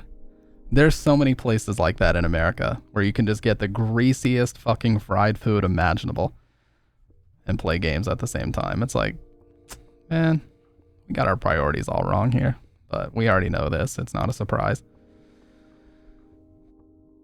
It's like this whole Mr. Beast thing. You know how Mr. Beast used to go on podcasts talking about how his chocolate bar was healthier than Hershey's, and now he's like partnering with Zaxby's to offer like a 2,500 calorie meal that includes one of his chocolate bars. So not only are you eating 2,200 calories of greasy fried French fries and chicken and super fat-based sauce, now you're also eating a chocolate bar on top of it. So all that sugar just locks all that fat in, baby. You know what I mean? It's like the worst possible combination of food to put in your body, and he's perpetuating that with a business deal. It's so crazy. Considering he used to go on podcasts and act like he was a health advocate.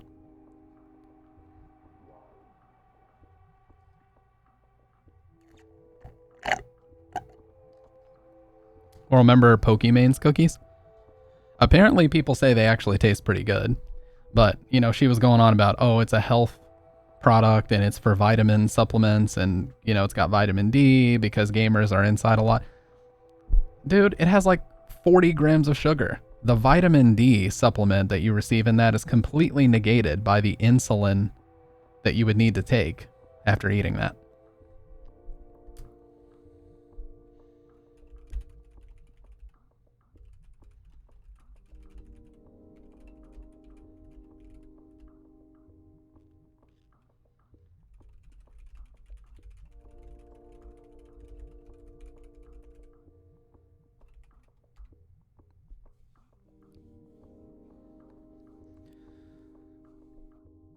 Why does Hershey's still make vomit? Well, the whole thing that he was saying is like, oh, Hershey's has 20 ingredients and all these artificial preservatives and everything, and we only have 4 ingredients and we're much healthier. But it's like, dude, you're still selling chocolate infused with a fucking ton of sugar. There is no world in which that is a healthy food. No world. Chocolate and sugar is a horrible food for anybody. There is no health related diet that fits in for. No chocolate bar fits into a health diet ever. Nor does it fit into a healthy meal. And it never will.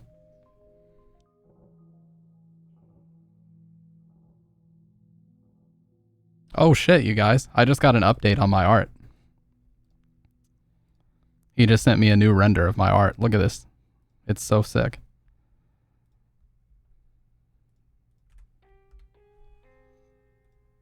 Here's the new artwork that he just showed me. Look how much darker it is. That's awesome.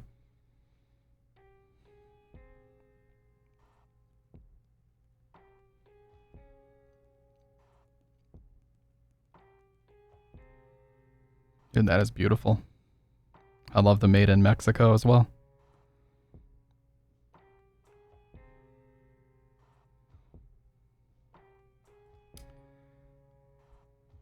Chocolate bar. Well, chocolate itself, yes. Dark chocolate, you know, if you're eating a very, very dark chocolate with like low sugar content, then yes, it could be considered a healthier food. But for me personally, chocolate is completely off of my radar because when I eat poorly, I get stomach issues. And by that, I mean like acid reflux.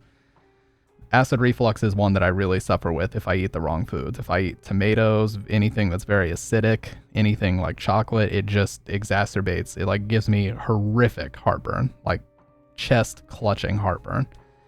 So I just avoid that shit altogether. And when I eat carnivore, I have no problems whatsoever. I actually forget that I ever even had heartburn when I eat a strictly carnivore diet because after a week or so, it completely disappears. I don't need any Tums. I don't need any medicine. And I'm just chilling. No problems at all. So that tells me that it's all the inflammatory food that I'm eating. What even is heartburn? So you have, yeah, it's a funny word, I know. You have a sphincter at the top of your stomach, and it closes when it detects, basically your body detects that your stomach is full of food. It will then close the sphincter at the top of your stomach, and the stomach acid will start breaking down the food that you eat. Well, people with heartburn like me have either a genetic issue with that sphincter, or it's just a weak, like you were just born with a weak muscle at the top of your stomach, and it stays open enough that that acid then travels up your esophagus and you start to physically feel pain. That's what heartburn is. And the reason why it's called heartburn is because the track that it follows above your stomach is very, very close to your heart. So when you feel it, it's like right around your chest. Yes, and there's a lot of triggers for heartburn. There's carbonated beverages are horrible for it, and especially dark sodas because they have something called phosphoric acid on top of the carbonation. So those two are just like a deadly combo in your stomach for acid production. Chocolate and sweets is a major one. So carbonated beverages, dark sodas, which as we all fucking know, Americans are obsessed with. Chocolate is a horrible one. Fried food, seed oils. Those are 4 major ones. So if you're eating fried food, yes, dairy, chocolate, a lot of carbonated beverages. If you're drinking, if you have any combination of those 4 in your diet and you're prone to heartburn, get ready to wake up with a throat full of acid because you are not getting any good sleep. I mean, it's so bad that when I break my diet for like multiple days at a time, I legit think I might need to go to the ER sometimes because of how bad it can get. Now, it's been years since it's been that bad, thankfully. And ever since carnivore, it's like eliminated most of that. But if I were to break my diet for multiple days and like eat all this chocolate and ice cream and shakes and blizzards or whatever the fuck else, it can get that bad. So it's really bad. And I know that it's genetic because my dad actually had to have a surgery to fix his. So my dad had to have a surgery where they wrapped his stomach around his esophagus and stapled the track together. So basically it physically restricts that sphincter at the top of his stomach. It physically cannot open enough to give him heartburn anymore. So it's a permanent fix, but the fact that he even had to have a corrective surgery is kind of crazy. What's up, Ahmed Racing? You came in at a very weird part of the conversation. I'm sorry. We're talking about surgery to resolve heartburn. Sorry about that. I'm doing good, Ahmed. I'm doing good. Hope you're doing good as well.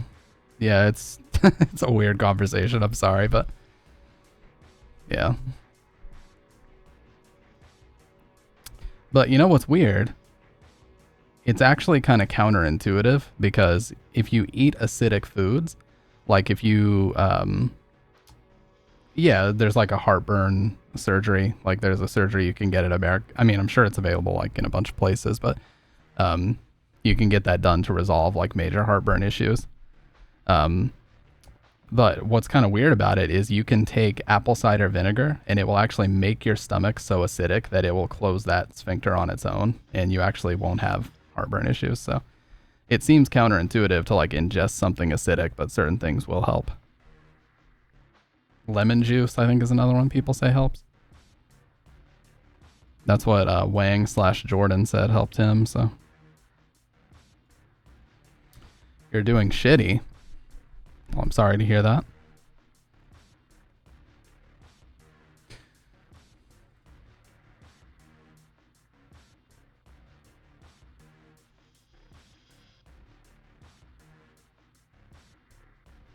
You just got electrocuted.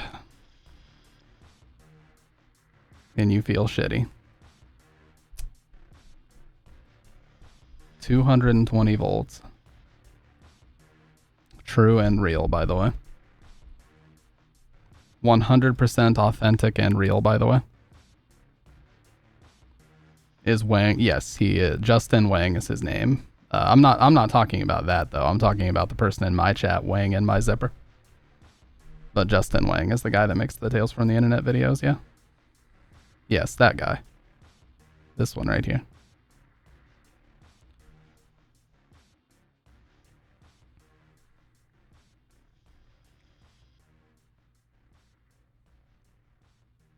You got electrocuted with 220 volts. How did that happen?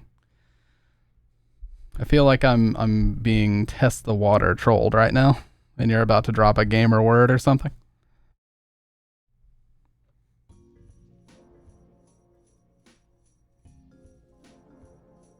Fixing the air cooler while it was plugged in? Yeah, that's very dangerous, dude. You shouldn't do that. Yeah, because if you get water on like the condenser or something, you can definitely get electrocuted. That's how that's how I test it. If I get shocked, I know it's working correctly. But if I don't, we got a problem. I think that may not end well if you continue doing that. Oh, okay, you meant, yeah, of course it has to be plugged in, but like anytime you're working with something plugged in, you want to flip the breaker once you identify what the issue is, of course. Not that you don't know that, you know that.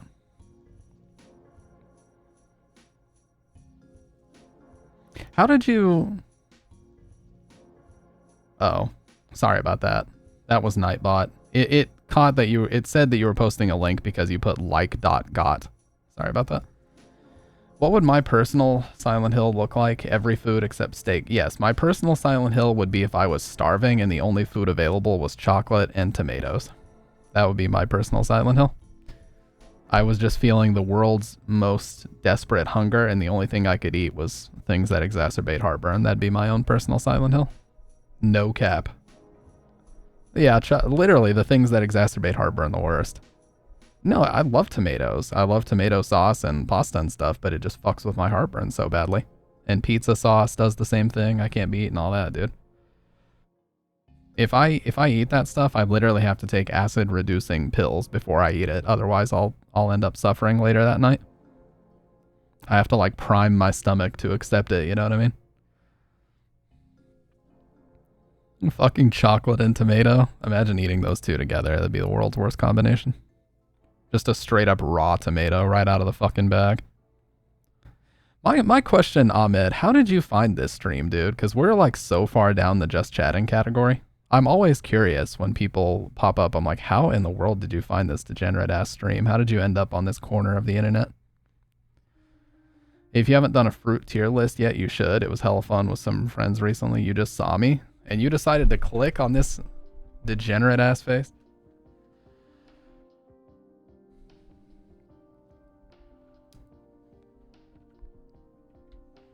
You're an Iraqi dude. I love seeing these kind of streams.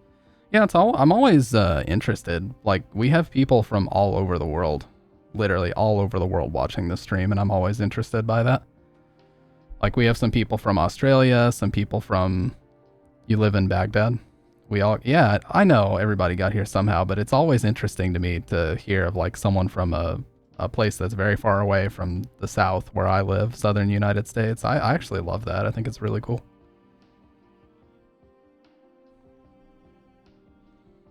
Yeah, you're from Australia, fudge me. I'm from the good old US of A. I'm from fucking Kekona land, you know? I'm from fucking hunting and fishing world down here, but it's cool.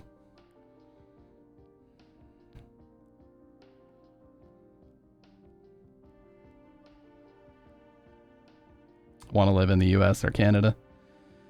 Well, there's good and bad things about both, I'll tell you that, Ahmed. There's a lot of shitty things about the US right now. And there's a lot of shitty things about Canada. But you know, you take the good with the bad. Yeah, Salt's in Canada. Sick Boy's in Canada. Yeah. There's some Canadians in here. We're global. We're worldwide, dude. I had a guy back when I played fighting games a lot from Tehran that used to watch me. I always thought that was pretty cool too. And he said he was using my stream to learn English. I was like, dude, you're in the wrong stream because I use some of the most degenerate terminology in here. Like soy, alpha, gigachad. Like, these are words that you don't want to use if you're trying to learn English.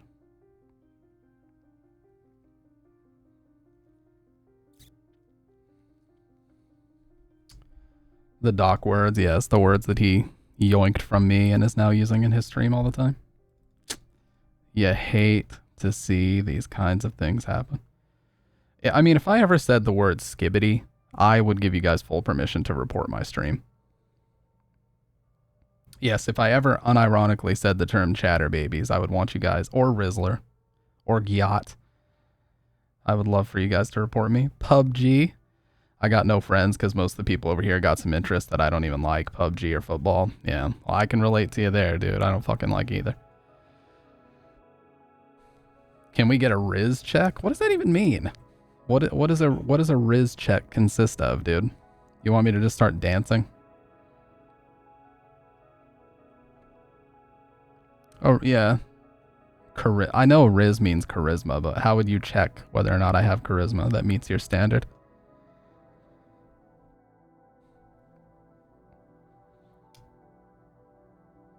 Well, your name is Ahmed Racing. Are you into like racing simulators and stuff? Because that's pretty cool. I've seen people with really awesome racing sim setups on Twitch.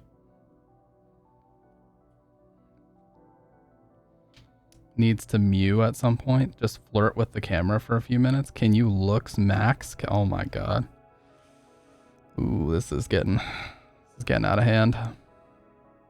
I'm feeling so much secondhand embarrassment from the terms you guys are using that my cheeks are getting all flushed, dude.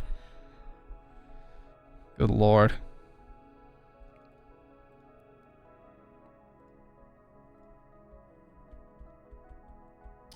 I'm into cars. I just love them. They are my passion. Plus, I'm a car enthusiast. That's fucking awesome, dude.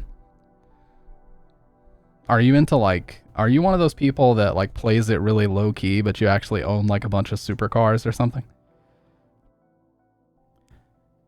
I do racing in video games, but not simulators. Nah. Yeah, watch. Ahmed Racing joins the Discord and just posts, yeah, I got a couple Lambos, a Ferrari. You know how it is. Just picked it up this weekend. You know how it goes. You just love every car. Yeah. Probably uses these terms. Fun fact, I have a TikTok account. I'm a broke ass dude. What Lambos? I feel you. I have a TikTok account which I specifically keep active just to try to keep on top of the terms that the younger generations are using. Like that's when I was on TikTok is when I first heard about the terms like Riz and Gyat and different things. I mean, I'm 29. It's not as if I'm in my 40s, but it's like I try to just figure out what the hell the younger people are talking about, because if I don't, then I'll have no idea what's being said. I try to like not be too old where I just fold my arms and I'm like, yeah, I don't use the terms. I don't use things like skibbity or Rizzler or whatever. He's too broke for Lambos. He's only got like 73 Audis. Yeah, a garage full of Audis. It's nice to see the Silent Hill sub has also somewhat returned to its former senile self. There's this meme about the Mary head on the cover art, which is great.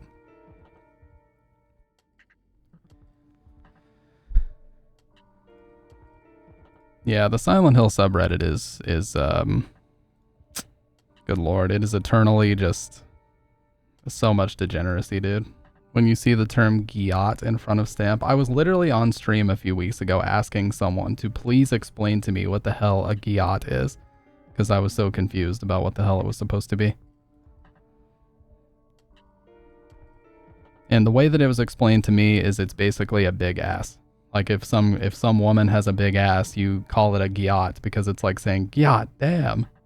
Yeah. That's apparently what it comes from. It's really that simple. My gyat is, no. My gyat is flatter than a fucking 2x4, dude. It is literally a it might even be flatter. It might be inverted. The curve might actually go inward. It's so flat. Sticking out your gyat for the Rizzler. I'm sorry. Dude, if I said that in Iraq, I'd be dead. Oh my god. I'd even get the US to take me in as I would be endangered. Oh my god. Ahmed says gyat one time and just gets tackled in the streets. Holy shit. You're so skibbity. You're so phantom tax. I just want to be your Sigma. I'm sorry. I'll never do that again. The cringe was so strong it made my own eyes water.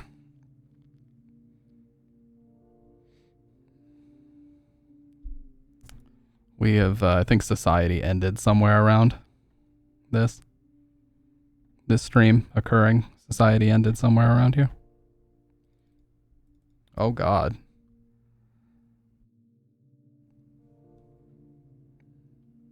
Yeah, I'm gonna end up on daily dose of internet. Where's Dave been? Good question, dude. I haven't talked to Dave in weeks. I don't know what he's up to. Now, one of the last times I did talk to him, he was talking about moving and changing jobs. So he might just be on that real life grind right now. But I haven't talked to Dave in weeks. No Chick-fil-A sauce? The stream is on some peak shit, brain rot on one end, and a dude just trying to survive. I know.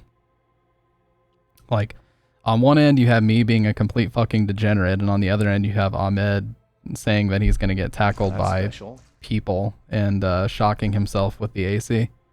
Electrocuting himself with the AC. Appreciate that follow. No, not Dave and Buster's. We're talking about a Street Fighter player named Dave. Also, he recently got married, so he's got a lot going on. Imagine choosing to get married over watching my stream and playing Street Fighter. What a clown. What a clown Dave is. What a clown, dude. That's a joke, by the way.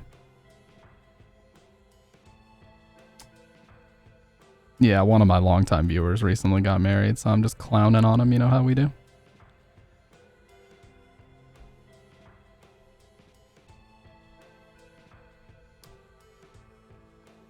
Marriage as a construct is outdated aside from just a cool ceremony with families. Well, I will say, I think it's absurd that people spend like thousands and thousands and thousands of dollars on marriages. Like, you rent out a really expensive building and then you have all this catering and you invite like 100 people. It's like, dude, just go to the courthouse and get a piece of paper. Holy shit.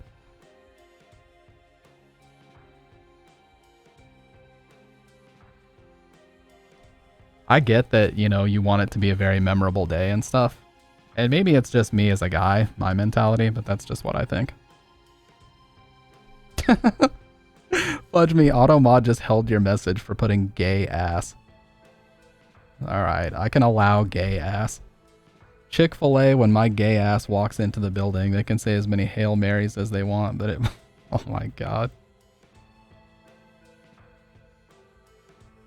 I permitted the term gay ass. Here we go. What have I done?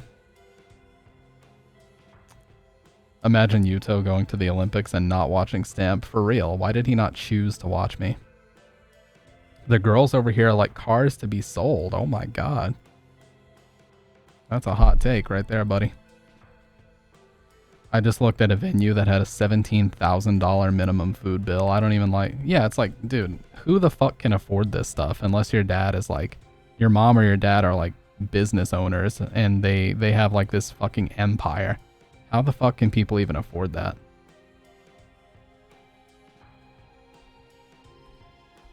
I don't understand it. How can people afford to like rent out these really nice buildings and have like a whole ceremony? Like, it costs... You're talking like 10,000 plus for the bare minimum. Come on, dude. I'd rather use that for a fucking down payment after we're already married. You know what I mean? Use it as a down payment on a house or something.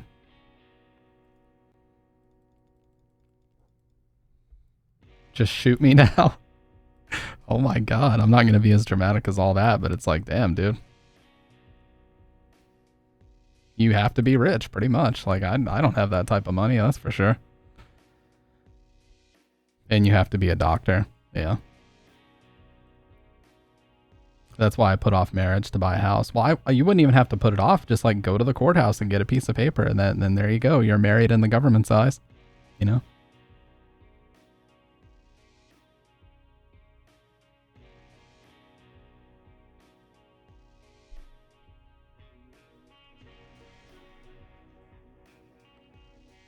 If you're rich and not a doctor, nah, you're not going to get married. Yeah. Yeah, there's like a whole culture of that in America right now of like, you know, this whole podcast culture of women, they always claim that like women have all these delusional standards. Like they want a guy, they call it the 666, and not in a satanic way. They mean you got to have a six pack, you got to be in shape, you got to make at least six figures, and you got to be at least 6 feet tall. And the amount of people that actually fit that are like 0.00 something percent of men. Like it's basically nothing. It's more realistic to get married. Buying a house is rapidly becoming unrealistic. Yeah, because we're competing with fucking BlackRock and Vanguard, who are scooping up all the family homes, and like nobody can afford to fucking buy a house, at least not on any type of reasonable interest rate. I won't take on a debt for marriage. I would go to the courthouse because this bougie harlot that birthed my child thinks that's unacceptable. Wow.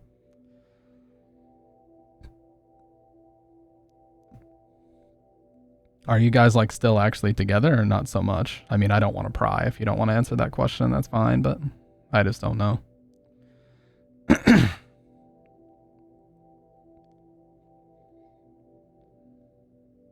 I bet most are e-dating.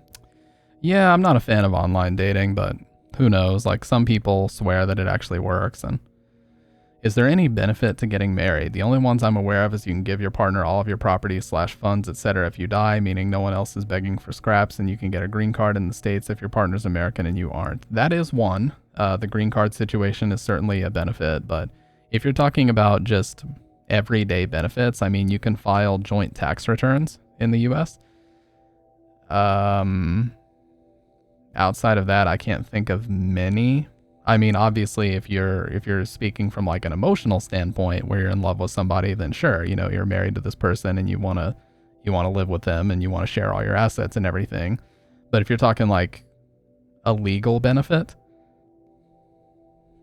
it's not much, you know, there's not much. And yeah, filing joint tax returns can be a detriment sometimes depending on the incomes, you know.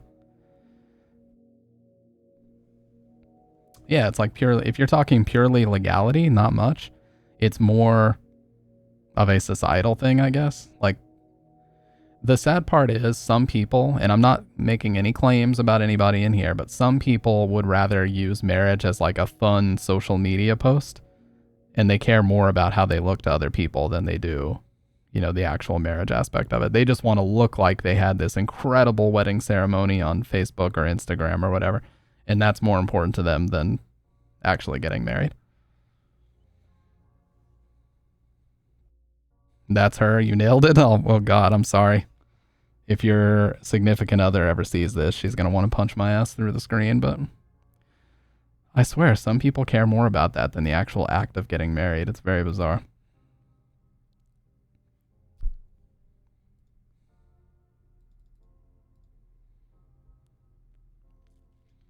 Get married for the gram. For real, dude. People, and then they get divorced within like a year. It's like, well, what was the point of that? I get that things change and there can be a lot of extenuating circumstances, but like you'll see two people that look perfectly happy and like within a year they're divorced. You're like, well, that sucks.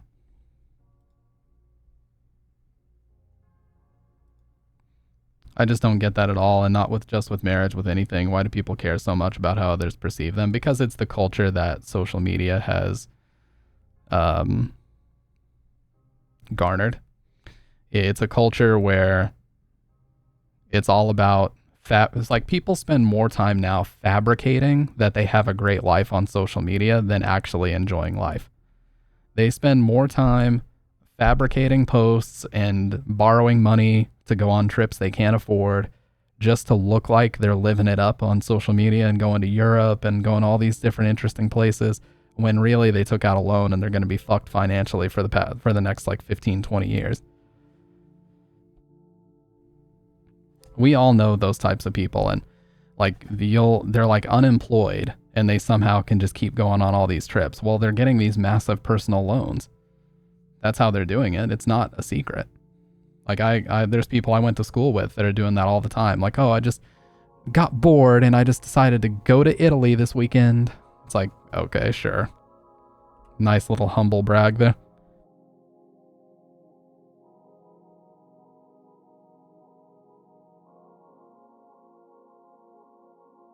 Sorry, had to blow my nose again. Given the state of the world over the last 4 years, I decided posting on social media is not the move. Yeah, I've stopped with that all too, especially with Twitter, because like you could say the most benign thing imaginable on Twitter. I'm not getting into the pancake waffle thing, but you could say the most benign thing on Twitter and people will frame it to make you look like the worst human being that's ever existed. So I just don't bother posting. I just don't post at all, because regardless of what you post, people will say, oh, you give me X, Y, or Z vibes. And then they'll run with that and just start complete horseshit rumors about what they think you do and what they think you say. Fucking stupid shit. So I just don't even open that door. I don't post about anything ever.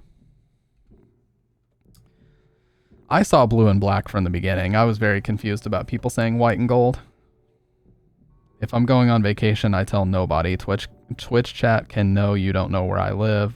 I live in a drug-riddled shithole. Yeah.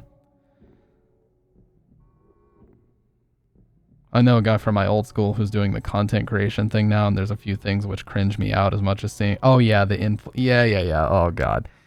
Yeah, there's a guy I went to school with that's also doing that. Like, he's pretending to be a social media influencer that has, like, all the answers as far as financials. And it's like, if you just purchase my $100 ebook, and it's like people don't realize that the $100 ebook is the scam. When you're paying money to buy the ebook, he is scamming you. Because the ebook doesn't have any fucking useful information in there. It's just going to give you general money-making advice on the internet with a ton of disclaimers saying, well, just because this worked for me doesn't mean it will work for you. So stupid, dude. It's going to give you no actual useful advice. Yes, exactly. The Tia Lopez strategy. And you also got to show a big house that probably is not even yours. It's Ty Lopez, not Tia Lopez, but yes, you know, you just mistyped it. Anyways, yes, Ty Lopez had like a house with Lamborghinis and shit and like this big mansion estate. Didn't it turn out that like that wasn't even his and he was just renting it to shoot those stupid videos inside of? And be like, if you want a house like this, buy my $100 ebook. Sure. Okay, bud. He wasn't wrong. I accept the name Tia Lopez. Yeah, we don't even need to put any respect on his name by calling him by his actual name. His government name, as it were. Just call him Tia Lopez.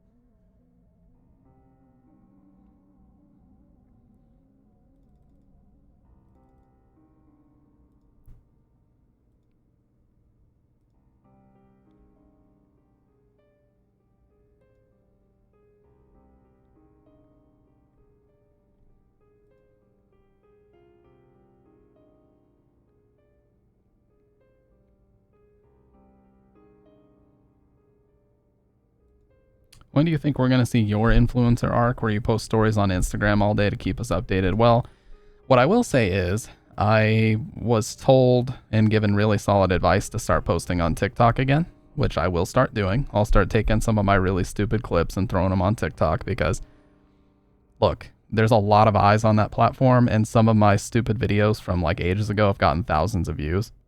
So who knows if, yeah, I think Ahmed pieced out. He had enough of my degeneracy and he pieced out.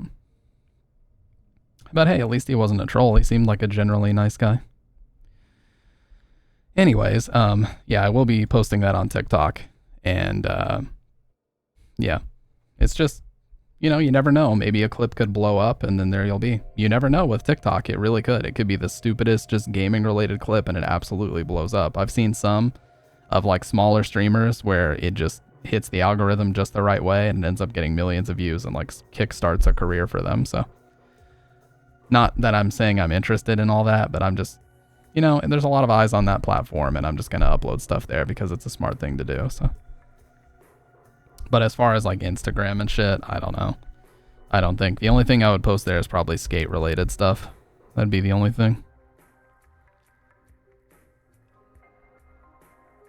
But I'm not going to be, and Twitch stories is like, ugh, I don't really give a shit about that, but.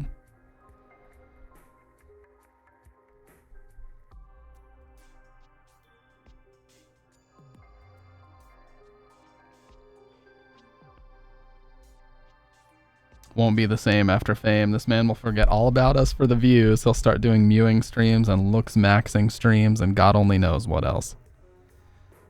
A polycule consisting of 28 people, each of whom were metamors of one another, decided to hold one marriage for each individual dyad per day. What in God? I don't understand half the terms in that message. Fudge me. Just wants the discourse from the SH2 TikTok community. Oh yeah, I have thought about doing like a misinformation thing, like please stop talking about Centralia and snow and ash and all that shit. I've definitely thought about doing that. That would be good TikTok or YouTube short content. Oh yeah, the other thing. After this stream, I'm going to try to set this up tomorrow before I go live. I'm going to start streaming to YouTube. And I'm going to set up that extension that shows YouTube and Twitch chat in one single thread. Because there's like 850 YouTube subscribers, and a lot of those subscribers are very recent, like as of just a couple months ago. So if people actually want to watch me do anything live, it's just a sensible thing to do. Twitch has no restrictions on that anymore, so I'm going to start multi-streaming tomorrow. I'm going to look up how it works, and I hear that it's fairly easy. You just click start streaming and it sets you up to go live on both platforms. So we'll do that and just kind of see how that goes. I'll test it out for a week and then we'll see. Yeah, for sure, Adipie. I'm definitely going to be doing more short form stuff. Like my main goal is to get to 1,000 YouTube subs. And then once that happens, I can monetize that. And then that can just be that can literally just be supplemental, like passive income. So, but yeah, I'll be multi-streaming starting tomorrow. It apparently is super easy to set up. I just have to find an extension that shows me. It'll basically, where you see Wang's chainsaw icon, it'll show a little Twitch or a YouTube icon depending on where the person is chatting in from. That's the only difference you guys will see. But yeah, outside of that, it'll look identical. And I would imagine the YouTube chat will be totally dead for the first few days before people even realize that I'm streaming there or know like to click on it. But yeah, it just makes sense. Well, it used to be very restrictive at Adipie, but Twitch recently let up on their restrictions. So you can stream on Twitch and YouTube at the same time with no issues. I think you can even stream on Kick at the same time as Twitch. The only thing is like, as far as I understand, you're considered responsible for any like terms of service breaking that happens on other chat platforms or something. So like you have to really make sure that you're banning people if they're doing dumb shit. But yeah. Polycule, a non-monogamous relationship structure describing the relation between those romantically, sexually, or both involved in the relationships of all individual members of the structure. Yeah, seems too complicated for me. What if I asked everybody in the polycule where they wanted to eat? We would potentially be in that conversation for 2 straight days. I ain't got time for all that. No, I'm never going to Kick. Don't worry about that. I'm not streaming on that website. That website is where you go if you want to get doxxed or swatted, for real. That is literally made up of like all the banned people from other platforms and all the people who push the boundaries in the worst way imaginable. I refuse to go to Kick. Even if they offered me, which they never would, but even if they offered me like hourly pay or whatever.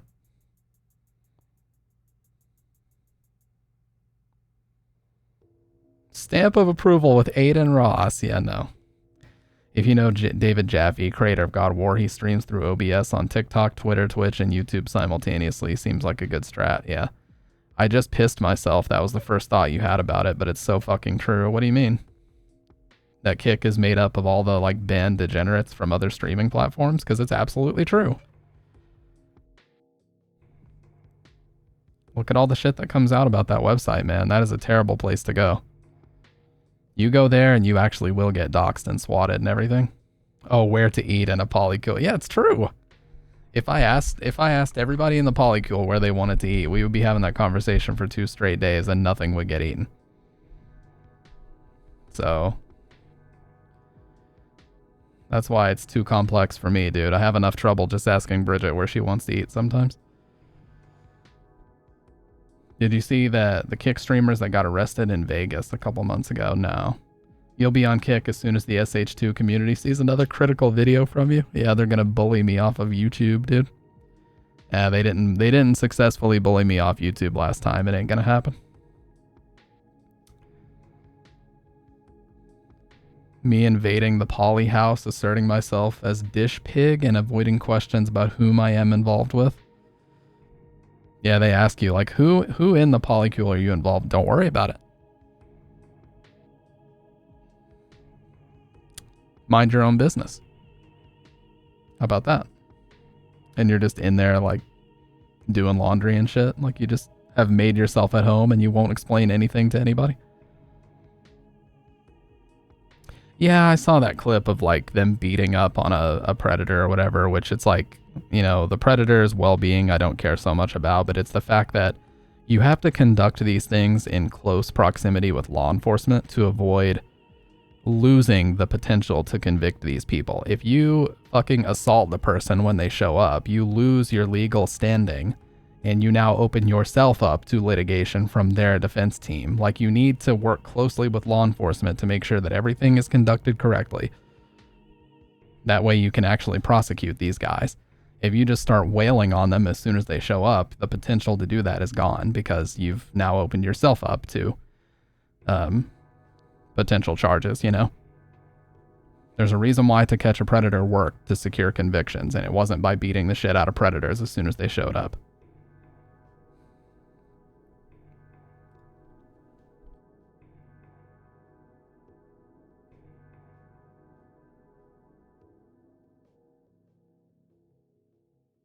Yeah, well, it was actually just clubbing seals. That's the new thing on Kick. They literally just go live so they can club some baby seals.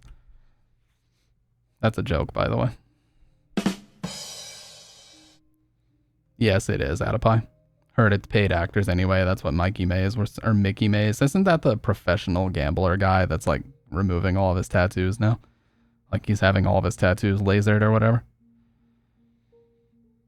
Dude, that guy, I don't know. Something about him tells me that he is so full of shit. Me and the lads heading up to the Canadian Arctic to make some infants into fur. Oh my god, dude. I remembered this one time in school, we had this substitute teacher that came in and just thought he was telling the funniest joke in the world. And he goes, 3 baby seals walk into a club. That's the joke. And he just goes, like, smirking and looking around the class, waiting for, like, laughter, and none of us understood what he was talking about. So it just got really awkward. And he goes, not very funny, huh? And we're just like, we don't know what you mean, dude. What do you want about? Yeah, I mean, the whole thing, like, he always talks about how he gets special treatment from casinos. No, I don't have any tattoos. I wouldn't mind to get them. I just don't have any right now.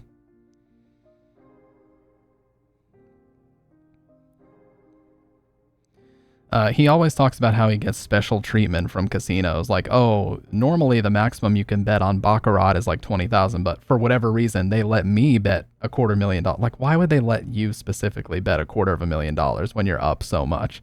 It doesn't add up. Like, what he's saying doesn't add up.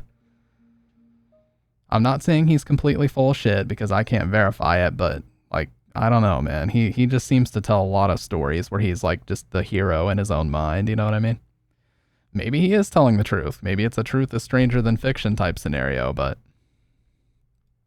I have a lady's lips tattooed on my ass? What the fuck?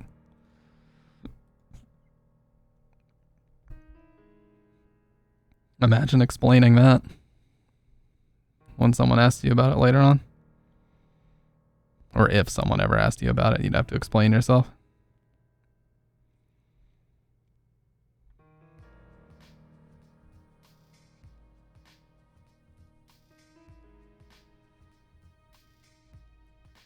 You can't exactly say it isn't what it looks like, because it is goddamn exactly what it looks like.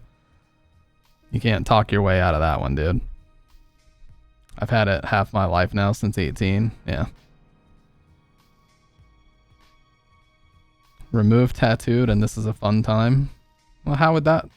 Dude, that would be a next level flex if you were chatting in Twitch while you had... Actually, no, that's not even really a flex. That's just disturbing. Waiting for the day someone tattoos my emote on their ass. Well, I would probably question their sanity if they ever did that, unless it was like a bet or something. Unless they lost a bet.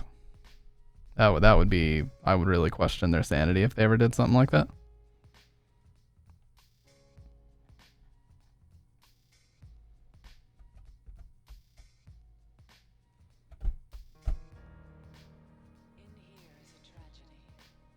New Tramp Stampede G. Oh my god. See, that emote's outdated because I don't even do the eyeliner anymore. I haven't done that for weeks.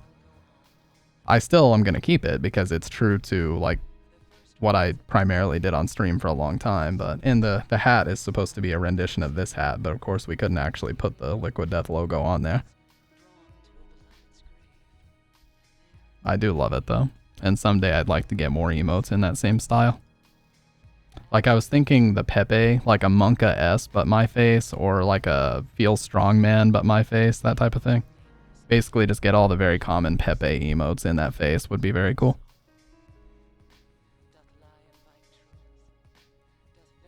I'll have to reach out to Gummy sometime if she ever wants to do that again.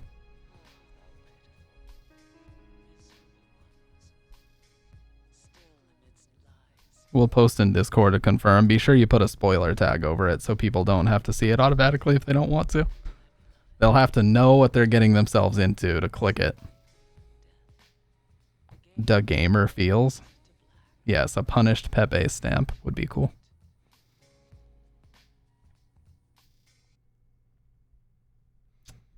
Anyways, guys, it's getting 1 a.m. I've gotta hop up out of here, unfortunately. I'll set up dual streaming and we'll be back tomorrow night to start RE2 on GOG. But for now, if anybody wants to join the Discord, there's the link. And yeah, I'm gonna break the chains on room 302 in 3. No raid tonight either. I'm not worried about all that, but 3, 2,